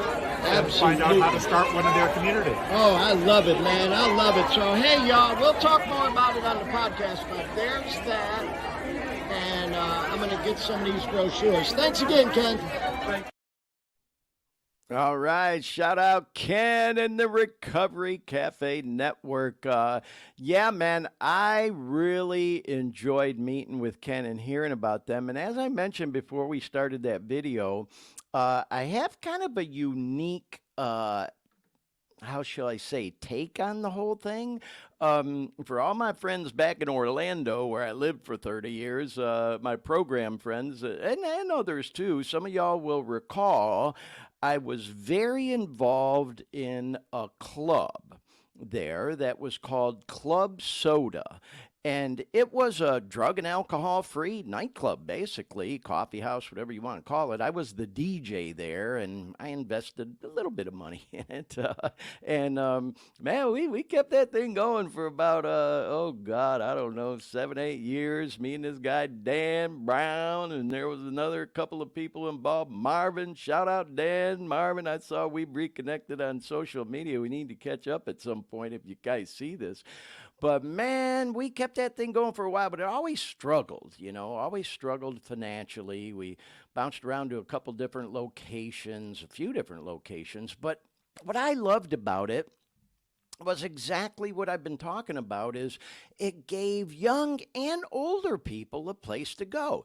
And there was always those fucking stick in the mud people. Well, that's just like a fucking bar, you know. Dude, fuck you if that's how you feel. I still feel the same way as I did back then. Fuck you. You know, young people need a place to hang out. Just because you get clean and sober doesn't mean you got to fucking sit home on the couch and fucking fill your face with Oreos and get a big belly watching TV. Get out and do some shit. Go to the gym, you know. And like I said, young people like going out and meeting other clean and sober young people. And young people like to go to places that they can dance, where they don't have to be exposed to people drunk and drinking and hitting them on them inappropriately and drugs all around and shit.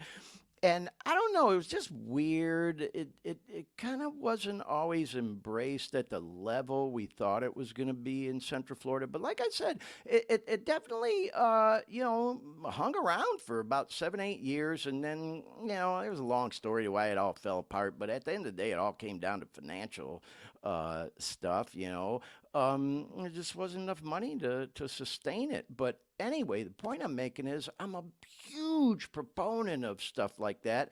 And for those that follow me on like social media and stuff too, I'm also a big proponent of what are known as the Alano clubs. It's kind of weird around Central Florida and Orlando area. There's clubs, but there's not like an Alano club. Out here in California, they call them the Alano clubs, which seems kind of strange to me, but that's what they call them. Not on the East Coast. They're called the Alano Club, kind of a play off the word Alamo, the last stand, the Alamo, you get it?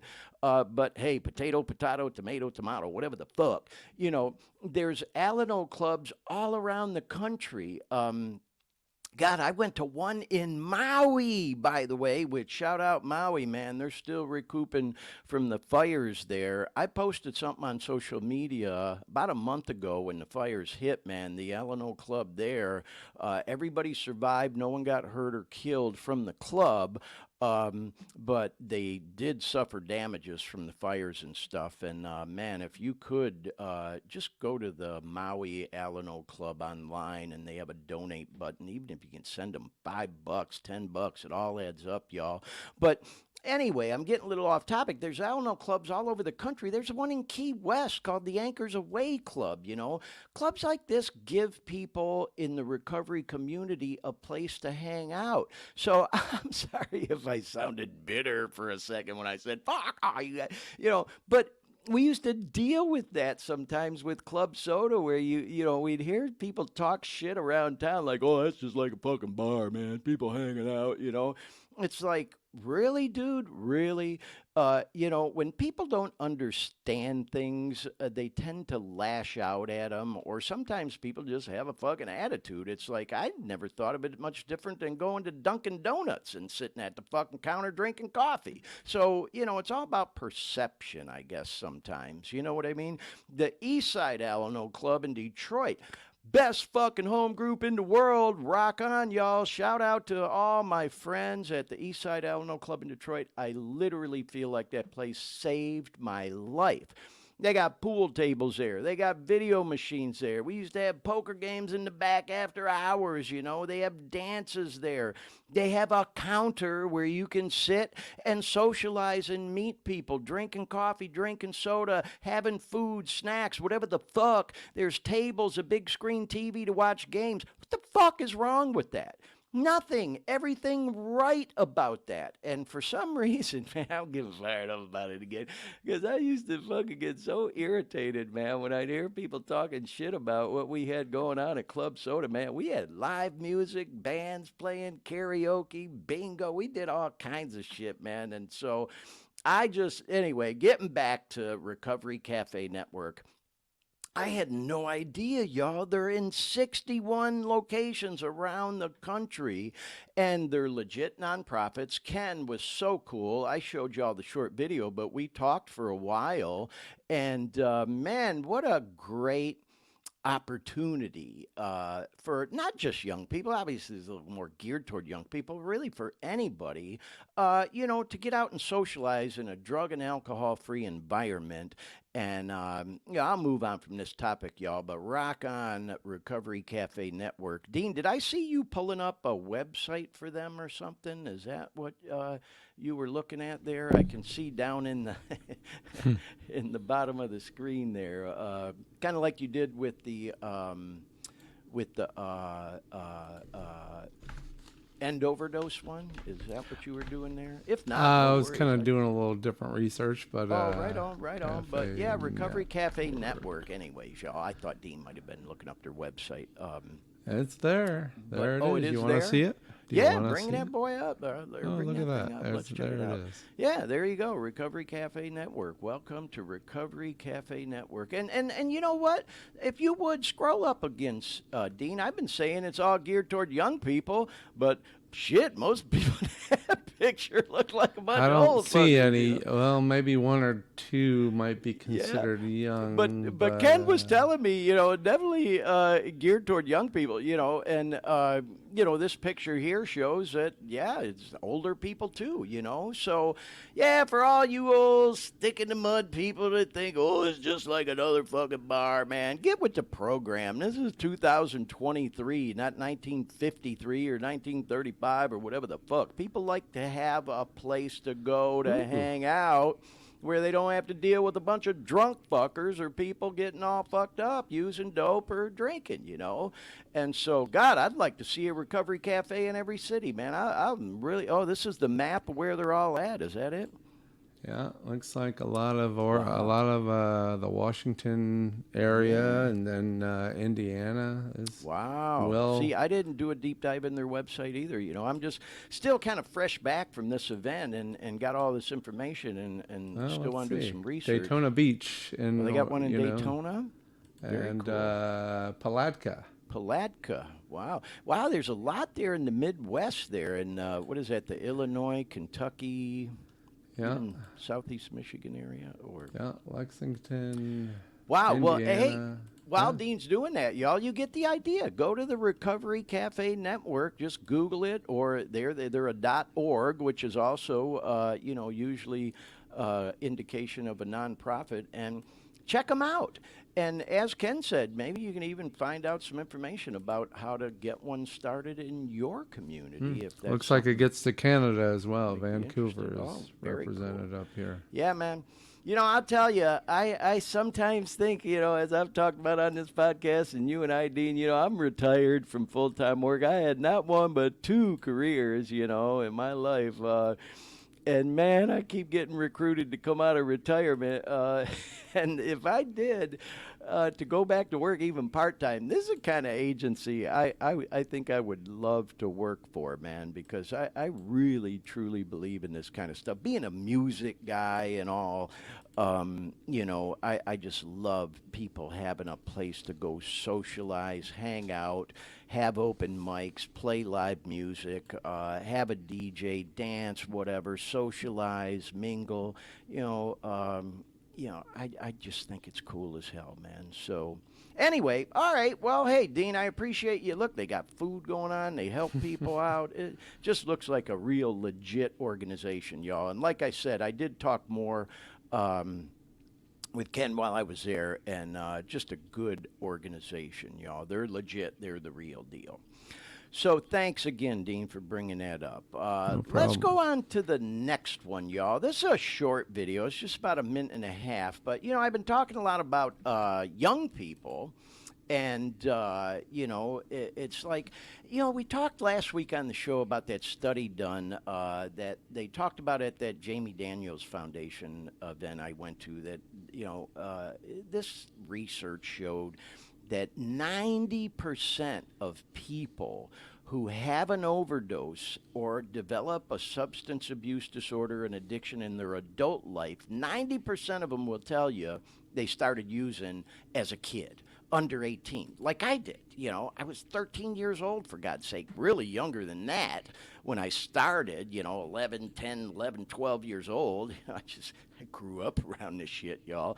But when I turned 13, that's when I started using on a daily basis, and it did evolve, to a serious problem for me as an adult, as I've mentioned a few times. So, Anyway, I just love it when I see agencies gearing their message toward the youth. Now, I will tell you, this next group, I'm going to show you this video for it. He was really pretty crystal clear with me and wanted to, stress that they're not just for young people. It's just that's their focus. But they do stuff and welcome anybody to become involved with their organization. And they're called Young People in Recovery. So let's give this a look and a listen. We out here, recovery happens 2023, and we are at the Young People in Recovery booth here in this particular tent. And I've met my boy Kevin, and Kevin agreed to do an interview with us. Kevin, thank you so much, bro. So tell us a little bit about your organization, Young People in Recovery. Yeah, YPR is an organization. We are in 14 chapters across California. We're called Young People in Recovery. However, we support all ages in all pathways to recovery, whether you're harm reduction, AA, NA, faith-based, peer support. We provide recovery support services. Love that, man. Love that. And we were just chatting. I see y'all giving away the free Narcan today. Tell us about that. Yeah, this is the free Narcan. I know we were just talking about how it came over the counter recently, and it's quite expensive. So we're out here distributing it, advocating not only for those who are currently in use, but also for the person who may not use but have relatives, right? To get rid of the stigma. Oh, yeah, I'm so glad you mentioned that, bro. The stigma. Stop the stigma. That's what we're doing out here, y'all. We're recovering out loud. And yeah, as you mentioned, Kevin, the Narcan, which of course is an antidote for an opiate OD, is available for over-the-counter purchase starting this week.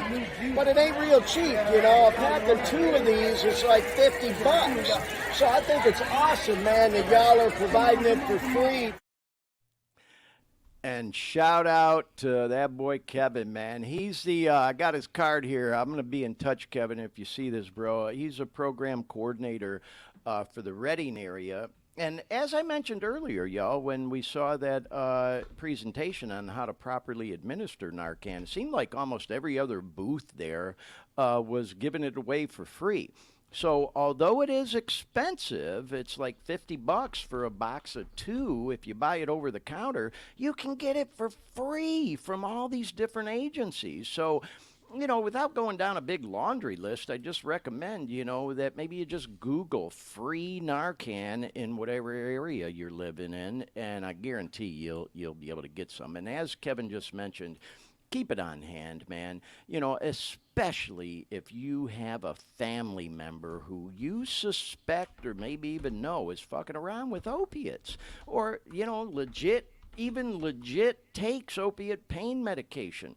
Keep it on hand anyways. Maybe they have an accidental overdose, because sometimes when you're using that shit, your brain and your thinking becomes foggy and you forget, when did I take my last one or whatever the fuck? Or, maybe you don't even suspect it, but, people start using more than they're supposed to. Next thing you know, they're trading pills with the neighbor or whoever the fuck because they used up their script before they're up for a renewal, and who knows where the neighbor got theirs. Maybe they're trading with somebody else who got some shit off the fucking streets, whatever the fuck.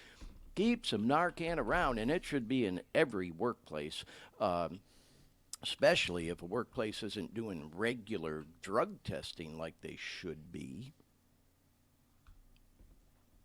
Whatever that means. I'm sorry, y'all. Couldn't resist. Touche. So anyway, y'all, yes, yeah, keep the Narcan on hand. In public places and workplaces, it should become as common as a fire extinguisher. It can save probably even more lives than fire extinguishers do.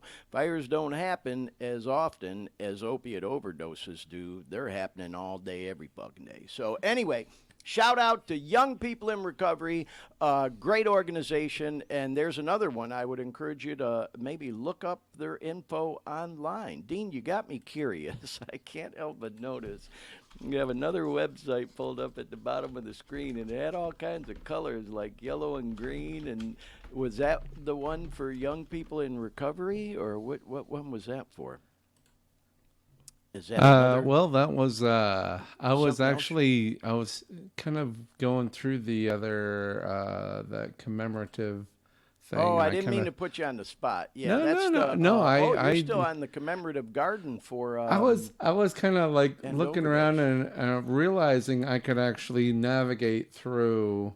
Wow, it's almost the- like a video game in a way. Yeah, it is still in. I'm actually inside. Yeah, I was kind of like, Wow. looks So like it's is that, it's. let me it's- ask. I'm yeah. sorry, I don't mean to interrupt, but let me ask you this. So this person who's listed there, Jacob Williams, with all respect, 1998 to 2020, is that a legit memorial that someone put on this website of a person that died from an OD?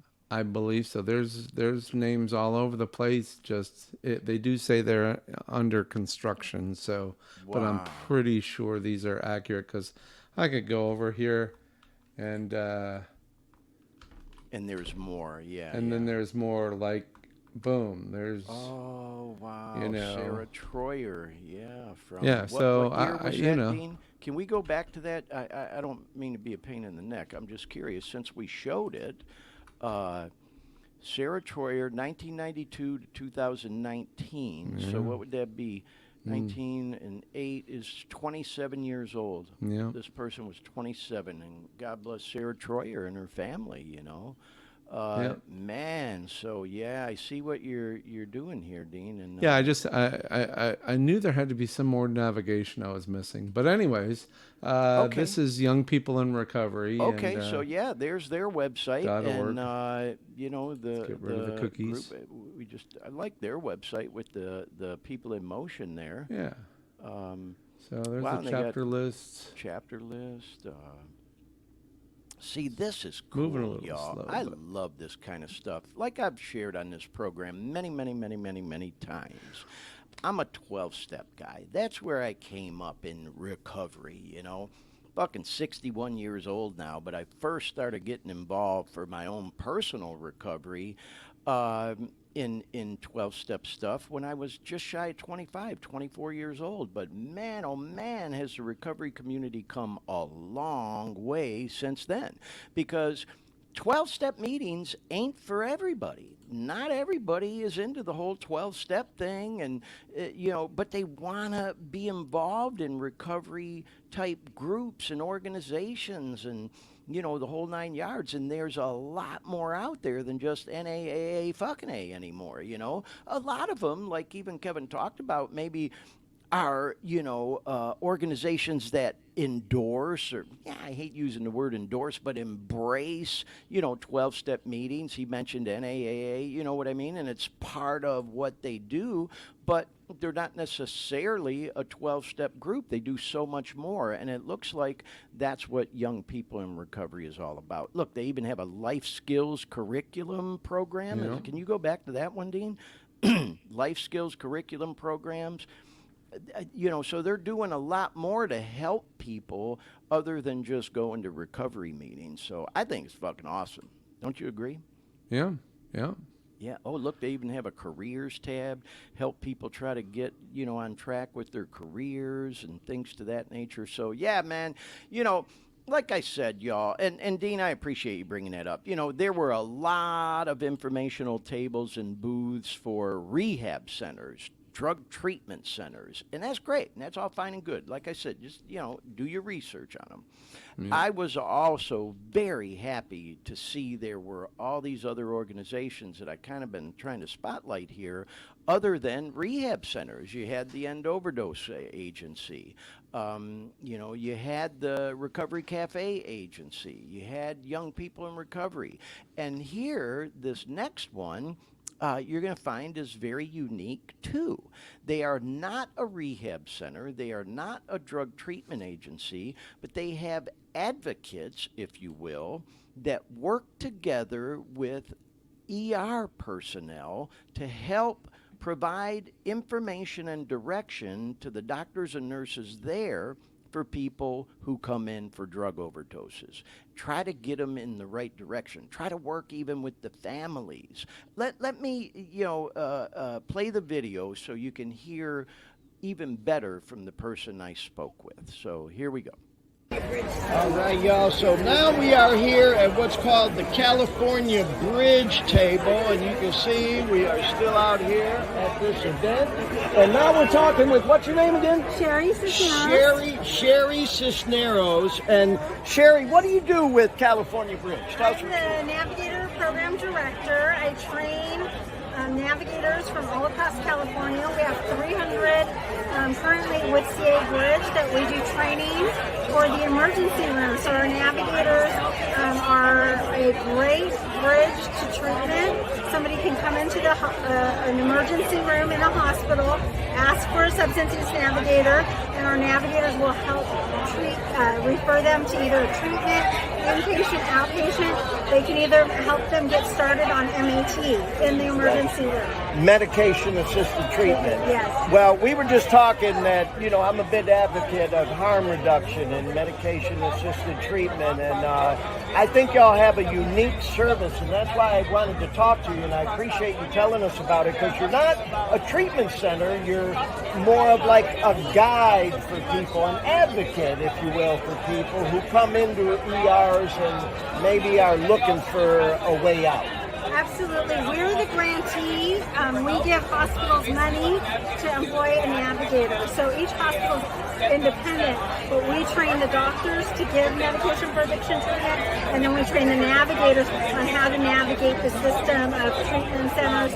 Sometimes it may not be, the patient may not be ready, so we give them a Narcan and make sure they're safe. Yeah, well, you know what? I'm glad you mentioned the Narcan. Another table, y'all, giving away free Narcan over there, because as you know, it's available for over-the-counter purchase this week, but it's not cheap, It's like $50 for a couple packs, but y'all giving it away free. At our California Bridge hospitals, yes, they give it away free. That's awesome. Well, thank you so much for telling us about y'all's service. Appreciate you. You're welcome. All right, peace.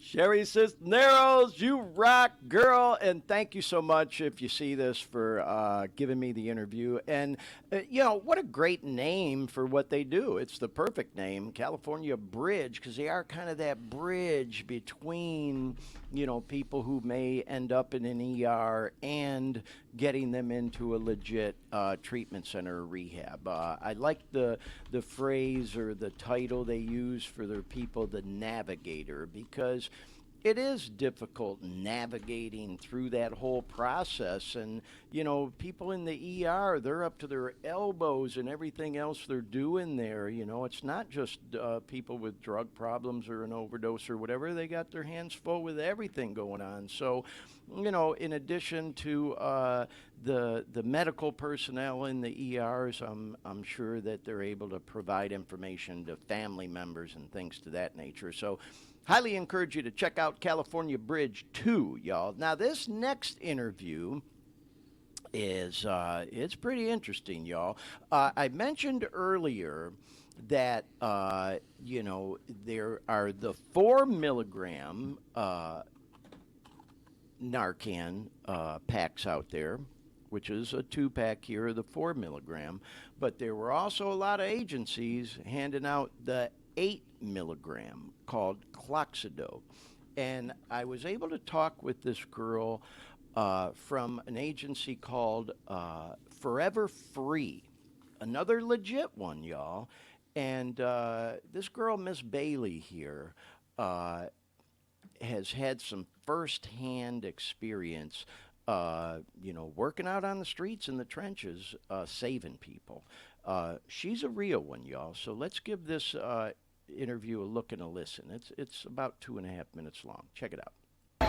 Okay, y'all, we out here, and tell us your name and who you're with. My name is Farrah Bailey, and I have a nonprofit called Forever Free. We're based out of the Orange County area. We service Orange County, LA, and Riverside. So we're here at this table where they are giving away free, look at all those, y'all, free boxes.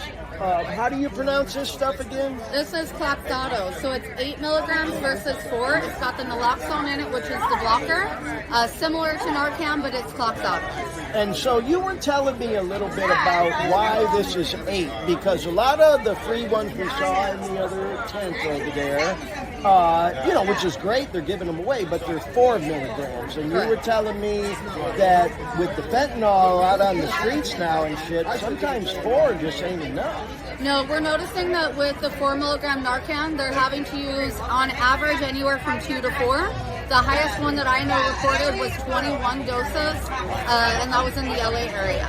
Wow. So 8 is considered a dosage that is probably going to jolt somebody back to reality, to use that term. I can feel safer knowing that if I only have 1 box of Cloxotl on me, that's 16 milligrams in total. I could feel safer knowing that I most likely help bring someone back.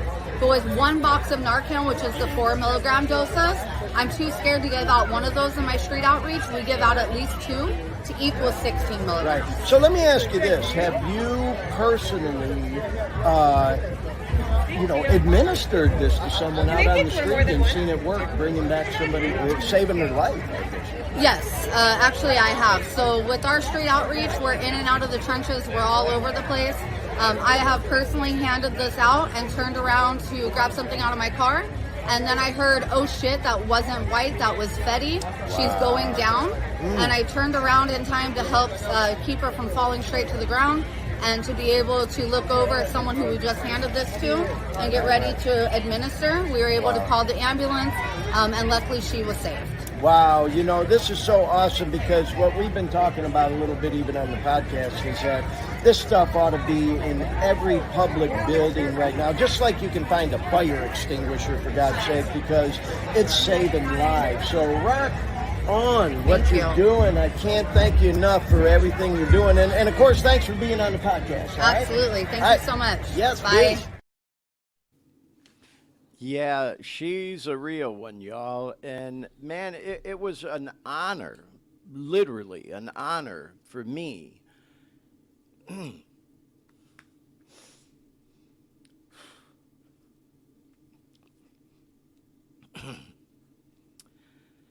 Yeah, sorry, y'all. It was an honor to meet her and talk with her.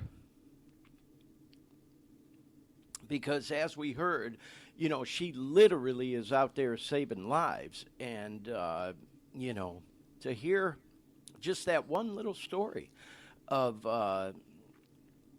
her helping to save someone's life, to literally saving someone's life, it's just so emotional for me, y'all, because, as I've talked about on this program, I have sat right next to people at tables in, recovery meetings that I go to help me stay clean. And then I come back the next day or a few days later and find out that so-and-so is dead because they relapsed and went out and got some bullshit pills that were laced with fentanyl and fucking died, And it just goes back to even what I've talked about on this podcast many, many times, even on tonight's show, about how, yeah, man, it took balls for me to, come out, if you will, and do this show. And sometimes I second guess myself, like, oh my God, what have I done? What is my family thinking of me? Like, oh my God, Glenn's lost his fucking mind, or people judging me, old employees or employers, colleagues, whatever. And then I think about, these friends of mine that are fucking dead now because they were struggling with addiction, substance abuse disorder, whatever the fuck you want to call it, and just for whatever reason couldn't quite get it yet, and relapsed and got a hold of some bullshit pills laced with fentanyl that's a plague on our fucking humanity right now, and died. And until that's happened to you, maybe you just won't understand. I don't know, but it unfortunately is something I've experienced many, many times, and certainly could have happened to me. I got a hold of some of them bullshit pills, y'all, and literally was one of them guys knotted out in his fucking car in the 7-Eleven parking lot with people banging on the window saying, "You okay in there?" You know, and for whatever reason, I got lucky, y'all, and I didn't die, you know, and for whatever reason, I've been blessed, and I'm clean now, almost 2.5 years. In fact, it'll be exactly 2.5 years tomorrow, September 11th, because I got clean on March 11th of 2021. So anyway, moving along, y'all. I'm sorry, I get emotional on this program sometimes, you know, as some of my friends joke with me, "Oh, there's Glenn getting filled up again." I use that term a lot. I get filled up. But, man, it was such a pleasure meeting a person who is out there, like she said, like I said, is in the trenches, y'all, out on the streets, you know, in Orange County, in L.A., in different areas, you know, and working with other people that are out there in the trenches, administering Narcan and saving people's lives. That's what it's all about, and that's what this show is all about, and what we're trying to do here, y'all. So I got one more quick video from this event, and then we're going to move on. I was kind of hoping to wrap this show up today about an hour and a half, but, man, we took another deep dive, you know, and it seemed warranted. You know, it was all good information, and like I always say, man, if somebody's watching this show who's trying to kick dope, you come across the recorded version of it, it'll be out there from now till God only knows when, the end of time, and you're climbing the walls trying to kick. This will kill a couple hours for you with what's hopefully inspirational content for you. But, you know, I went to that Fentanyl Awareness Summit that we showed on an episode a few weeks ago, and I've even done reels of, you know, what they call the Faces of Fentanyl wall. It's heartbreaking, man. And at this Fentanyl Awareness Summit, they had all these posters of people, mostly young people, who've died from an overdose. Well, at this particular event, they didn't have as many posters, but they had some out there of people who've recovered. And I thought it was kind of cool to see the other side of the spectrum, because guess what, y'all? We do recover. So this is just a short video, and then we're going to move on from this event into some news, some shout-outs, some music stuff, and wrap the show up in just a little bit.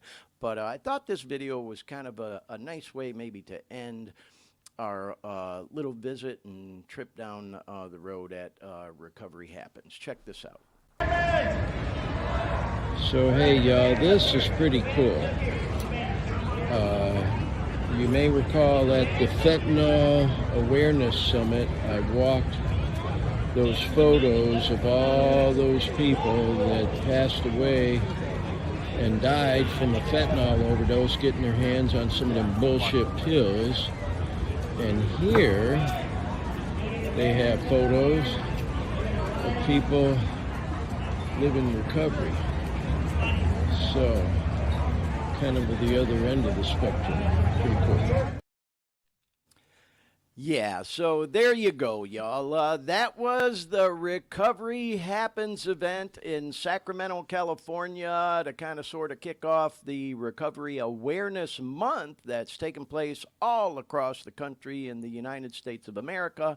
And it was a good event, y'all. I hope you enjoyed paying a visit to that event if you weren't able to make it in person.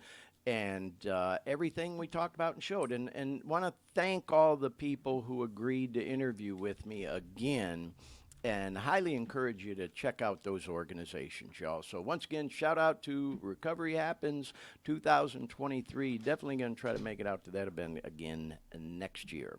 So let's move along, y'all, and go into the opioid epidemic in the news. We're going to bring some slides up again here. And there we go. Well, wait a minute. Yep, there we go. It's catching up on the slide, y'all. So the opioid crisis in the news. We got to get a little sounder here for that, Dean. But this one caught my attention. You know, as I've mentioned on the show many times, you always keep up with things in the news having to do with the opioid crisis. And we could do God, we can sit here and talk for 8 hours about all the stuff I see in the news every week. So I try to grab one or two headlines, and this one's interesting. I thought it was just, I shouldn't laugh about it, but it's definitely interesting. Customs and Border Protection reveals a secret, what they call ground zero location in its fight against fentanyl. And what this refers to is a place where they got to keep all this shit that they confiscate. And so it's like this bunker at a secret location where they keep all this stuff till it can be destroyed. And it said here they have among the stacks,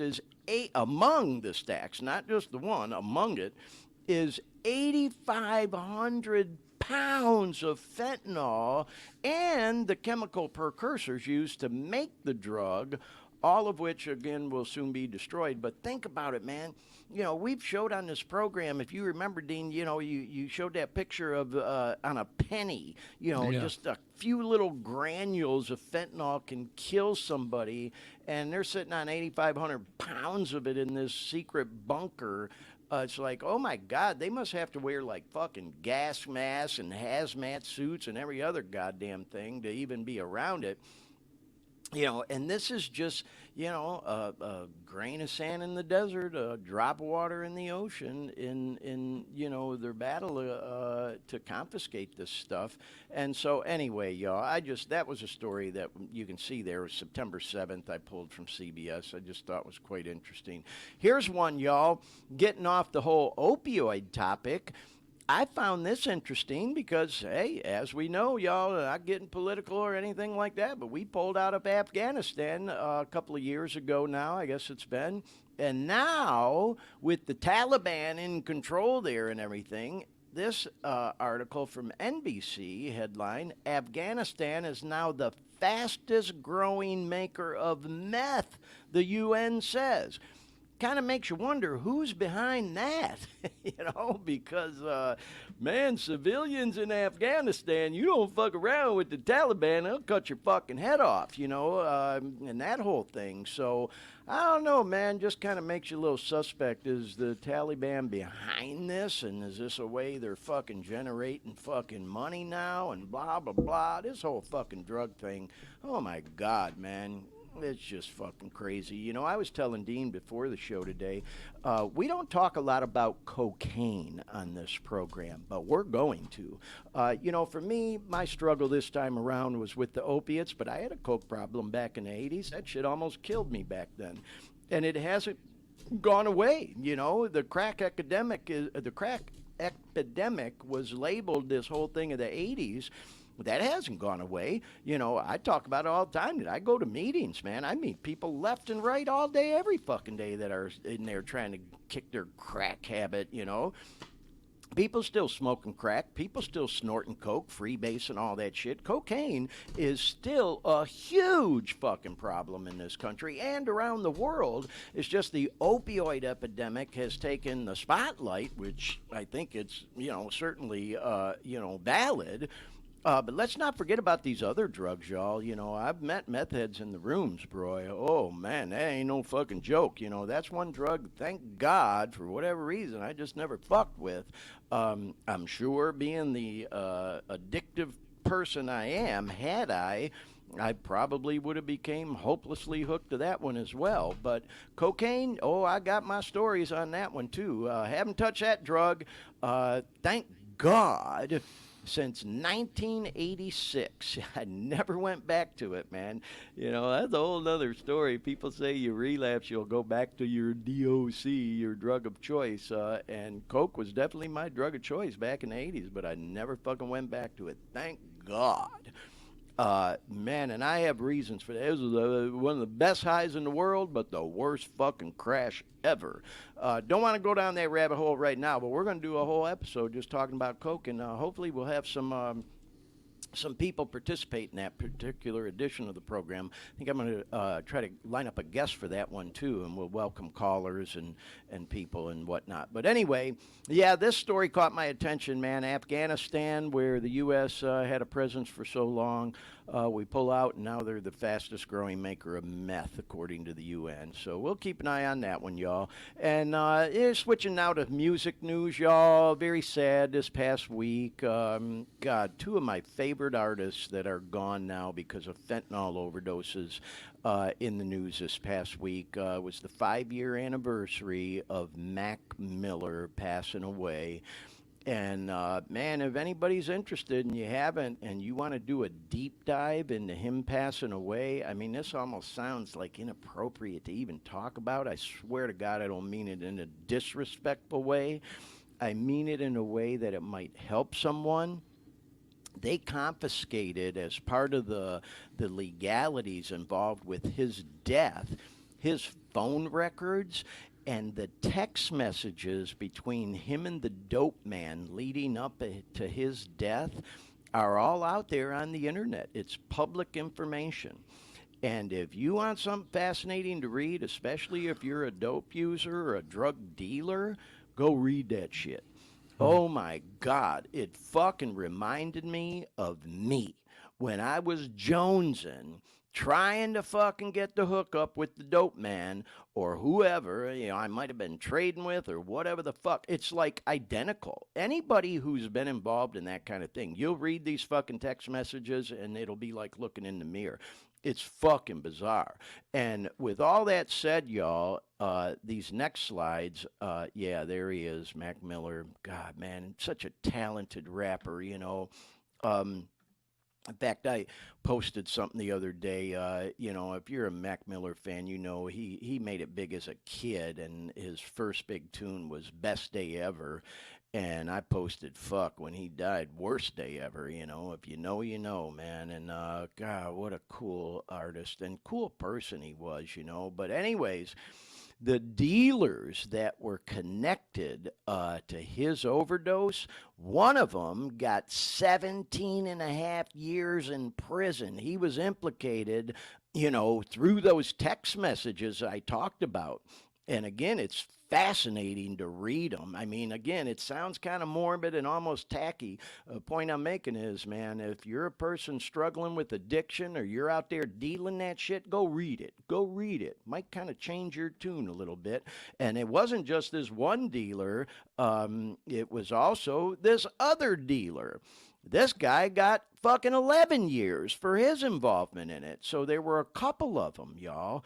And man, oh man, it was just really, really sad. And then, kind of to piggyback off of this story, there's another guy that everybody was hoping would play Mac Miller in a movie about Mac's life. And his name was Angus Cloud. And he was a famous actor on the show Euphoria. And if you haven't seen Euphoria, I highly encourage you to check it out. It's out there on the streaming platforms, and they're working on another season, I'm told. It stars Zendaya, but there's a lot of great actors and actresses in it. In fact, that girl, Sydney Sweeney, who's in the Stones' new video for that tune, Angry, that was just released this past week, she's in the show Euphoria. But anyway, this dude, Angus Cloud, everybody was hoping would play Mac Miller because he looked so much like him. He fucking dies from a goddamn fentanyl overdose about a month ago. It's like, what the fuck? It just, I don't know, man, it's bizarre. But if you've never taken a deep dive into Mac Miller's music, highly encourage it. In fact, going back to this slide, y'all, you can see this is an NPR story. And the picture there on the right, both pictures actually, is him and that boy Thundercat on bass and some other musicians. They did what is known as a tiny desk concert. NPR does these tiny desk concerts where they bring in these featured artists and they'll do a few jams. And, oh, God, the one Mac Miller did is like classic. I just can't encourage you enough to check it out. Anyway, moving along, y'all, just this week as well, Lil Peep, another one of my favorite artists, man. And if you haven't checked out Peep's music, definitely go take a deep dive into his stuff. In fact, I'd put a reel out today promoting today's show using one of his tunes, Moving On, where he talks about, it's the pain pills and all that. If you know Peep, you know what I'm talking about. God, man, such a talented young artist. Died from a fentanyl overdose. He got a hold of some bullshit pills, man. Fucking Xannies and, opiates, blah, blah, blah. And so anyway, his mom owns his estate. His real name was Gustavo. And he collaborated. One of his favorite artists to collab with was this dude who goes by the stage name I Love McConan. And they've got some stuff out there that was real popular. Well, they had a body of work that Peep's mom and different people, producers and artists she was working with, put together. And if you're a Peep fan and didn't know about this, highly encourage you to Google it. They even did a 20-minute documentary about putting this, release together that they did drop already. There's a tune that will blow your mind on there called November. The whole thing's really good. And so, again, it's this final posthumous am I saying that right? Posthumous? I always get that word messed up. Yeah. Album that he did. It says drop next week, but it's already out there, y'all. You can see this article's from the first. It's called Diamonds. Highly encourage you to go check it out. He was just seemed like such a sweet kid, He clearly had some challenges, he had some issues, drug use and all that other stuff. But go check it out, y'all. Yeah, fucking fentanyl, killing our young people, man. Anyway, on a more upbeat note, y'all, and some more music news, I went to see this show last night here in Sacramento, in a city called Rockland, a suburb of Sac. Dave Koz and friends, and I love Dave Koz, and I was glad to go see him, but I really went to see that girl, Candy Dulfer. Oh, my God, I've loved her, and so many years I always wanted to see her perform that tune called Lily Was Here live, and I finally got to last night. She's from Amsterdam, actually, and Dave actually talked about it a lot at the show last night, that he talked her into going on this tour with him this summer called the Summer Horns 2023 tour. And, man, if you know, you know. It's considered kind of smooth jazz music, but I will tell you, it was a very high-energy show. And that boy Eric Darius was there, too. He's out of Tampa, Florida. Shout out, Florida. Eric Darius, man, they were all three playing the sax. And, oh, my God, what a great show. I was going to show some videos from it, but I didn't want to hold this show up anymore, and we already have. You can go to my social media, and I did post videos from the concert last night. So, hey, shout out Dave Koz, Candy Dulfer, Eric Darius. Great show at this place called the Quarry Park Amphitheater in Rockland. Great little venue to, go see a concert. And I just thought I'd mention it. Y'all had a lot of fun there. This is my next concert coming up on Tuesday. I'm going to take a ride over to San Francisco to see that girl, Mallrat. I've talked about this one on the show. I can't wait. She's out of Australia, y'all. If you've never checked out Mallrat, oh, my God, I can't recommend it enough. Go check out her music. Do a deep dive. Who turned me on to Mallrat was that girl, Benny, who I talk about all the time. Benny, of course, from New Zealand. And these two even collabed on the official tune for the women's soccer, tournament that just wrapped up the FIFA thing, and it was great. But anyway, it's a small venue called Bimbo's 365 Club in San Fran. I'll be over there Tuesday, and you know damn well I'm going to talk a little bit about that show on the program next week. So just thought I'd mention that. There are still tickets available. If you like Mallrat, head over to San Fran and look for me there Tuesday. All right, y'all, going to go into some funny stuff. Well, this ain't so funny. This is kind of cool, but we're getting real near the end of the show now, y'all. The Detroit Lions, if you know me, you know I'm a Detroit fan. In fact, last week's show was all about my visit to Detroit, and a couple of weeks ago, we went live from Detroit. Been riding with the Detroit Lions since I was a little kid. And if you know football, you know that they are, in fact, what we call the next before I die team. It used to be the Chicago Cubs to win the World Series, and then, of course, Boston to beat the Yankees, and those things both took place. But the Lions have never won the Super Bowl. They did win what was called the NFL championship game back in the 50s, but once they called it the Super Bowl, the Lions have never been. And they got screwed out of the playoffs last year by bad ref calls. And, it was kind of like redemption that they opened the NFL season Thursday night, very first NFL game of the season, against the Super Bowl champ Kansas City Chiefs in Kansas City's own backyard, and took it to them and beat them 21-20. It was a great game. And the Lions won, and man, everybody in sports right now is all fired up about the Lions, and predicting them to, at the very least, make the playoffs. But being a Lions fan, all the years I have been, every year we get excited about the Lions, and I truly am excited about them this year, y'all, but I'm proceeding cautiously. As a friend of mine posted, shout out Jeff from the East Side Alano, I'm still suffering PTSD from all them fucking heartbreaking Lions losses over the years, because they don't just lose, man. They break your fucking heart at the end of the game. And so a lot of people are saying, well, here we raised our own banner. This isn't true. This is kind of a funny meme. We raised the banner because we haven't raised one to win the Super Bowl, but we beat the defending Super Bowl champs in their own stadium. But this is the funny one here, y'all. A lot of people are saying from Detroit, don't drink the Kool-Aid. Because every year, man, we get so fired up and excited about the Lions, and then they end up breaking our goddamn heart. But this year, I think they truly are legit. They were legit last year. They didn't have the best start, but they damn sure had a strong finish. They just got screwed around by the refs at the end of the season.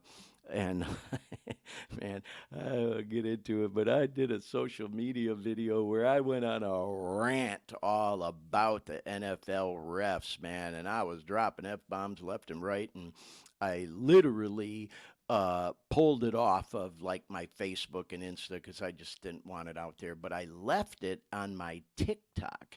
And the reason I did is of all my TikTok videos, that one has more views than any of them. People just loved watching me go on this rant about the NFL refs and how the Detroit Lions got screwed around at the end of last season. So if you want to see that, you can go to the Glenn Victor TV TikTok page and look through all my shit. You'll find that video of me going on a rant about the NFL refs. But anyway, a lot of people drinking the Kool-Aid this season. If you're new to riding with the Detroit Lions, welcome to the bandwagon, as we say. And I hope you're thick-skinned and tough, because sometimes, man, like I said, we don't just lose but break hearts. Hopefully that doesn't happen this season, and we get into the playoffs, and once you're in, there's no telling, like they say, on any given Sunday, man. Could happen, could go to the big dance and maybe even win. So let's hope the best for the Detroit Lions. All right, y'all, we're getting close to the end of the show. We're going to wrap it up with a few funny memes. I thought this was kind of funny. We're missing the ankle bracelet on the picture of Kermit here for some reason. Maybe I didn't crop that picture, but he's wearing one of those GPS monitors. And so I just thought it was funny. We've shown Kermit a few times before. When your kids ask why you got an Apple Watch on your ankle when you're actually wearing a GPS monitor, sometimes people get in trouble for drug stuff. Yeah, I checked the original. Yeah, I must have cropped that bad. But anyway, keeping in line with the whole Kermit and Lizard thing, I saved a bunch of money by switching to sobriety. Anybody else? I thought that was kind of in sync with what our show's all about. Moving on to this next one. Being the crazy guy I am, I often say I might be crazy, but I ain't stupid. But nonetheless, my kids laugh because they think I'm crazy, and I know they probably do, but I laugh because they don't know it's hereditary. Love my kids, though. All right, y'all, moving along. And then this one here, as I mentioned, I went on that rant about the Lions last year. So, yeah, warning, warning, danger, danger. Do not put me on speakerphone because I am not speakerphone material. As we do at the beginning of the show, we put a little content warning that sometimes our language can be a little colorful, let's say. So, yeah, that kind of, takes us through the funny memes, y'all. But we wanted to end on this note. Please don't forget that tomorrow is 9/11, and it is the 22nd anniversary of the terrorist attacks on the United States. And, of course, we all know what happened in New York City with the towers. Let's also not forget what happened in D.C. at the Pentagon and the plane crash in Pennsylvania. That was a horrible day, of course, for our country, and we always want to remember, those that, not just those that lost their lives that day, but the families that were affected, and of course all of us as Americans. So just want to wrap up with a couple quick shout outs, y'all. We have some regular viewers of the show and people that ordinarily chime in the chat room or call in and listen in. And we want to say happy 45th anniversary to my sister and her husband, Carol and John. Carol's a regular viewer and listener to the show. 45 years they've been married as of a couple days ago. That's freaking amazing. And then someone else very special to me, I'm not going to mention by name just because this person is not a social media person, fucking hates social media. Not everybody's a social media person, y'all, but this person celebrated 32 years clean, y'all. 32 years. Fucking amazing. And I'm just so proud because it's such an inspiration to me. So proud to be able to send that shout out, and that person will know who I'm talking about. So, yeah, man, not everybody's into social media. I remember I was asking Dean, you know my son G. I remember a buddy of his, Corey, once. I asked him, hey, Corey, are you on social media, man? I was thinking I'd like friend him, and he's like, what, so I can post a fucking selfie? No, man, that ain't for me, dude. So it's like there are some people out there, some of us get caught up in this whole social media world. Of course, I'm all over it, marketing the podcast, but there are people, man, they can't fucking stand it. And there's some rough and tough and hard to bluff people are just like, fuck all that, It's like, it just ain't their thing, What was it, that movie with, oh God, Michael Keaton and that really cute girl where she there's that one scene where she's getting into it with her dad. She goes, you don't even have a Facebook page, man. You know what I'm talking about? No. Yeah, I'll think of it. We'll talk about it next week, But anyhow, wanted to send out those two shout-outs, y'all, on a personal note this week. And with all that said, that brings us full circle, as we say, y'all. And so once again, just a reminder, if you would, take a moment tomorrow to remember all those that we lost on 9/11. And let's hope and pray nothing like that ever happens again. Man, that was a horrible day.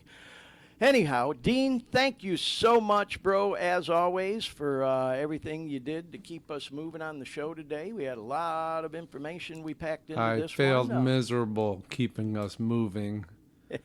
Well, you know what I mean, man. I just appreciate everything you do for this show. There was a lot of slides and videos again this week. But I thought it was a pretty good show. Definitely very informational, and I really appreciate you doing the deep dive into those websites that you did as well for some of the organizations that we talked about. So anyhow, with all that said, thank you, Dean. Thank you, everybody, for watching and listening. As I always like to say when we wrap up, man, if you're a person struggling with addiction, you're going through hell, keep fucking going. Just push yourself through it. If I can get clean, I know you can too. There's lots of resources out there available, as we talked about all on this show today, to help us not just get clean, but stay clean and live clean. And with all that said, y'all, we'll be back again next week for episode 27 of the Dare Me podcast, and we hope you can join in as well. So long for now, everyone. Have a safe week. We'll see you next time on the Dare Me podcast.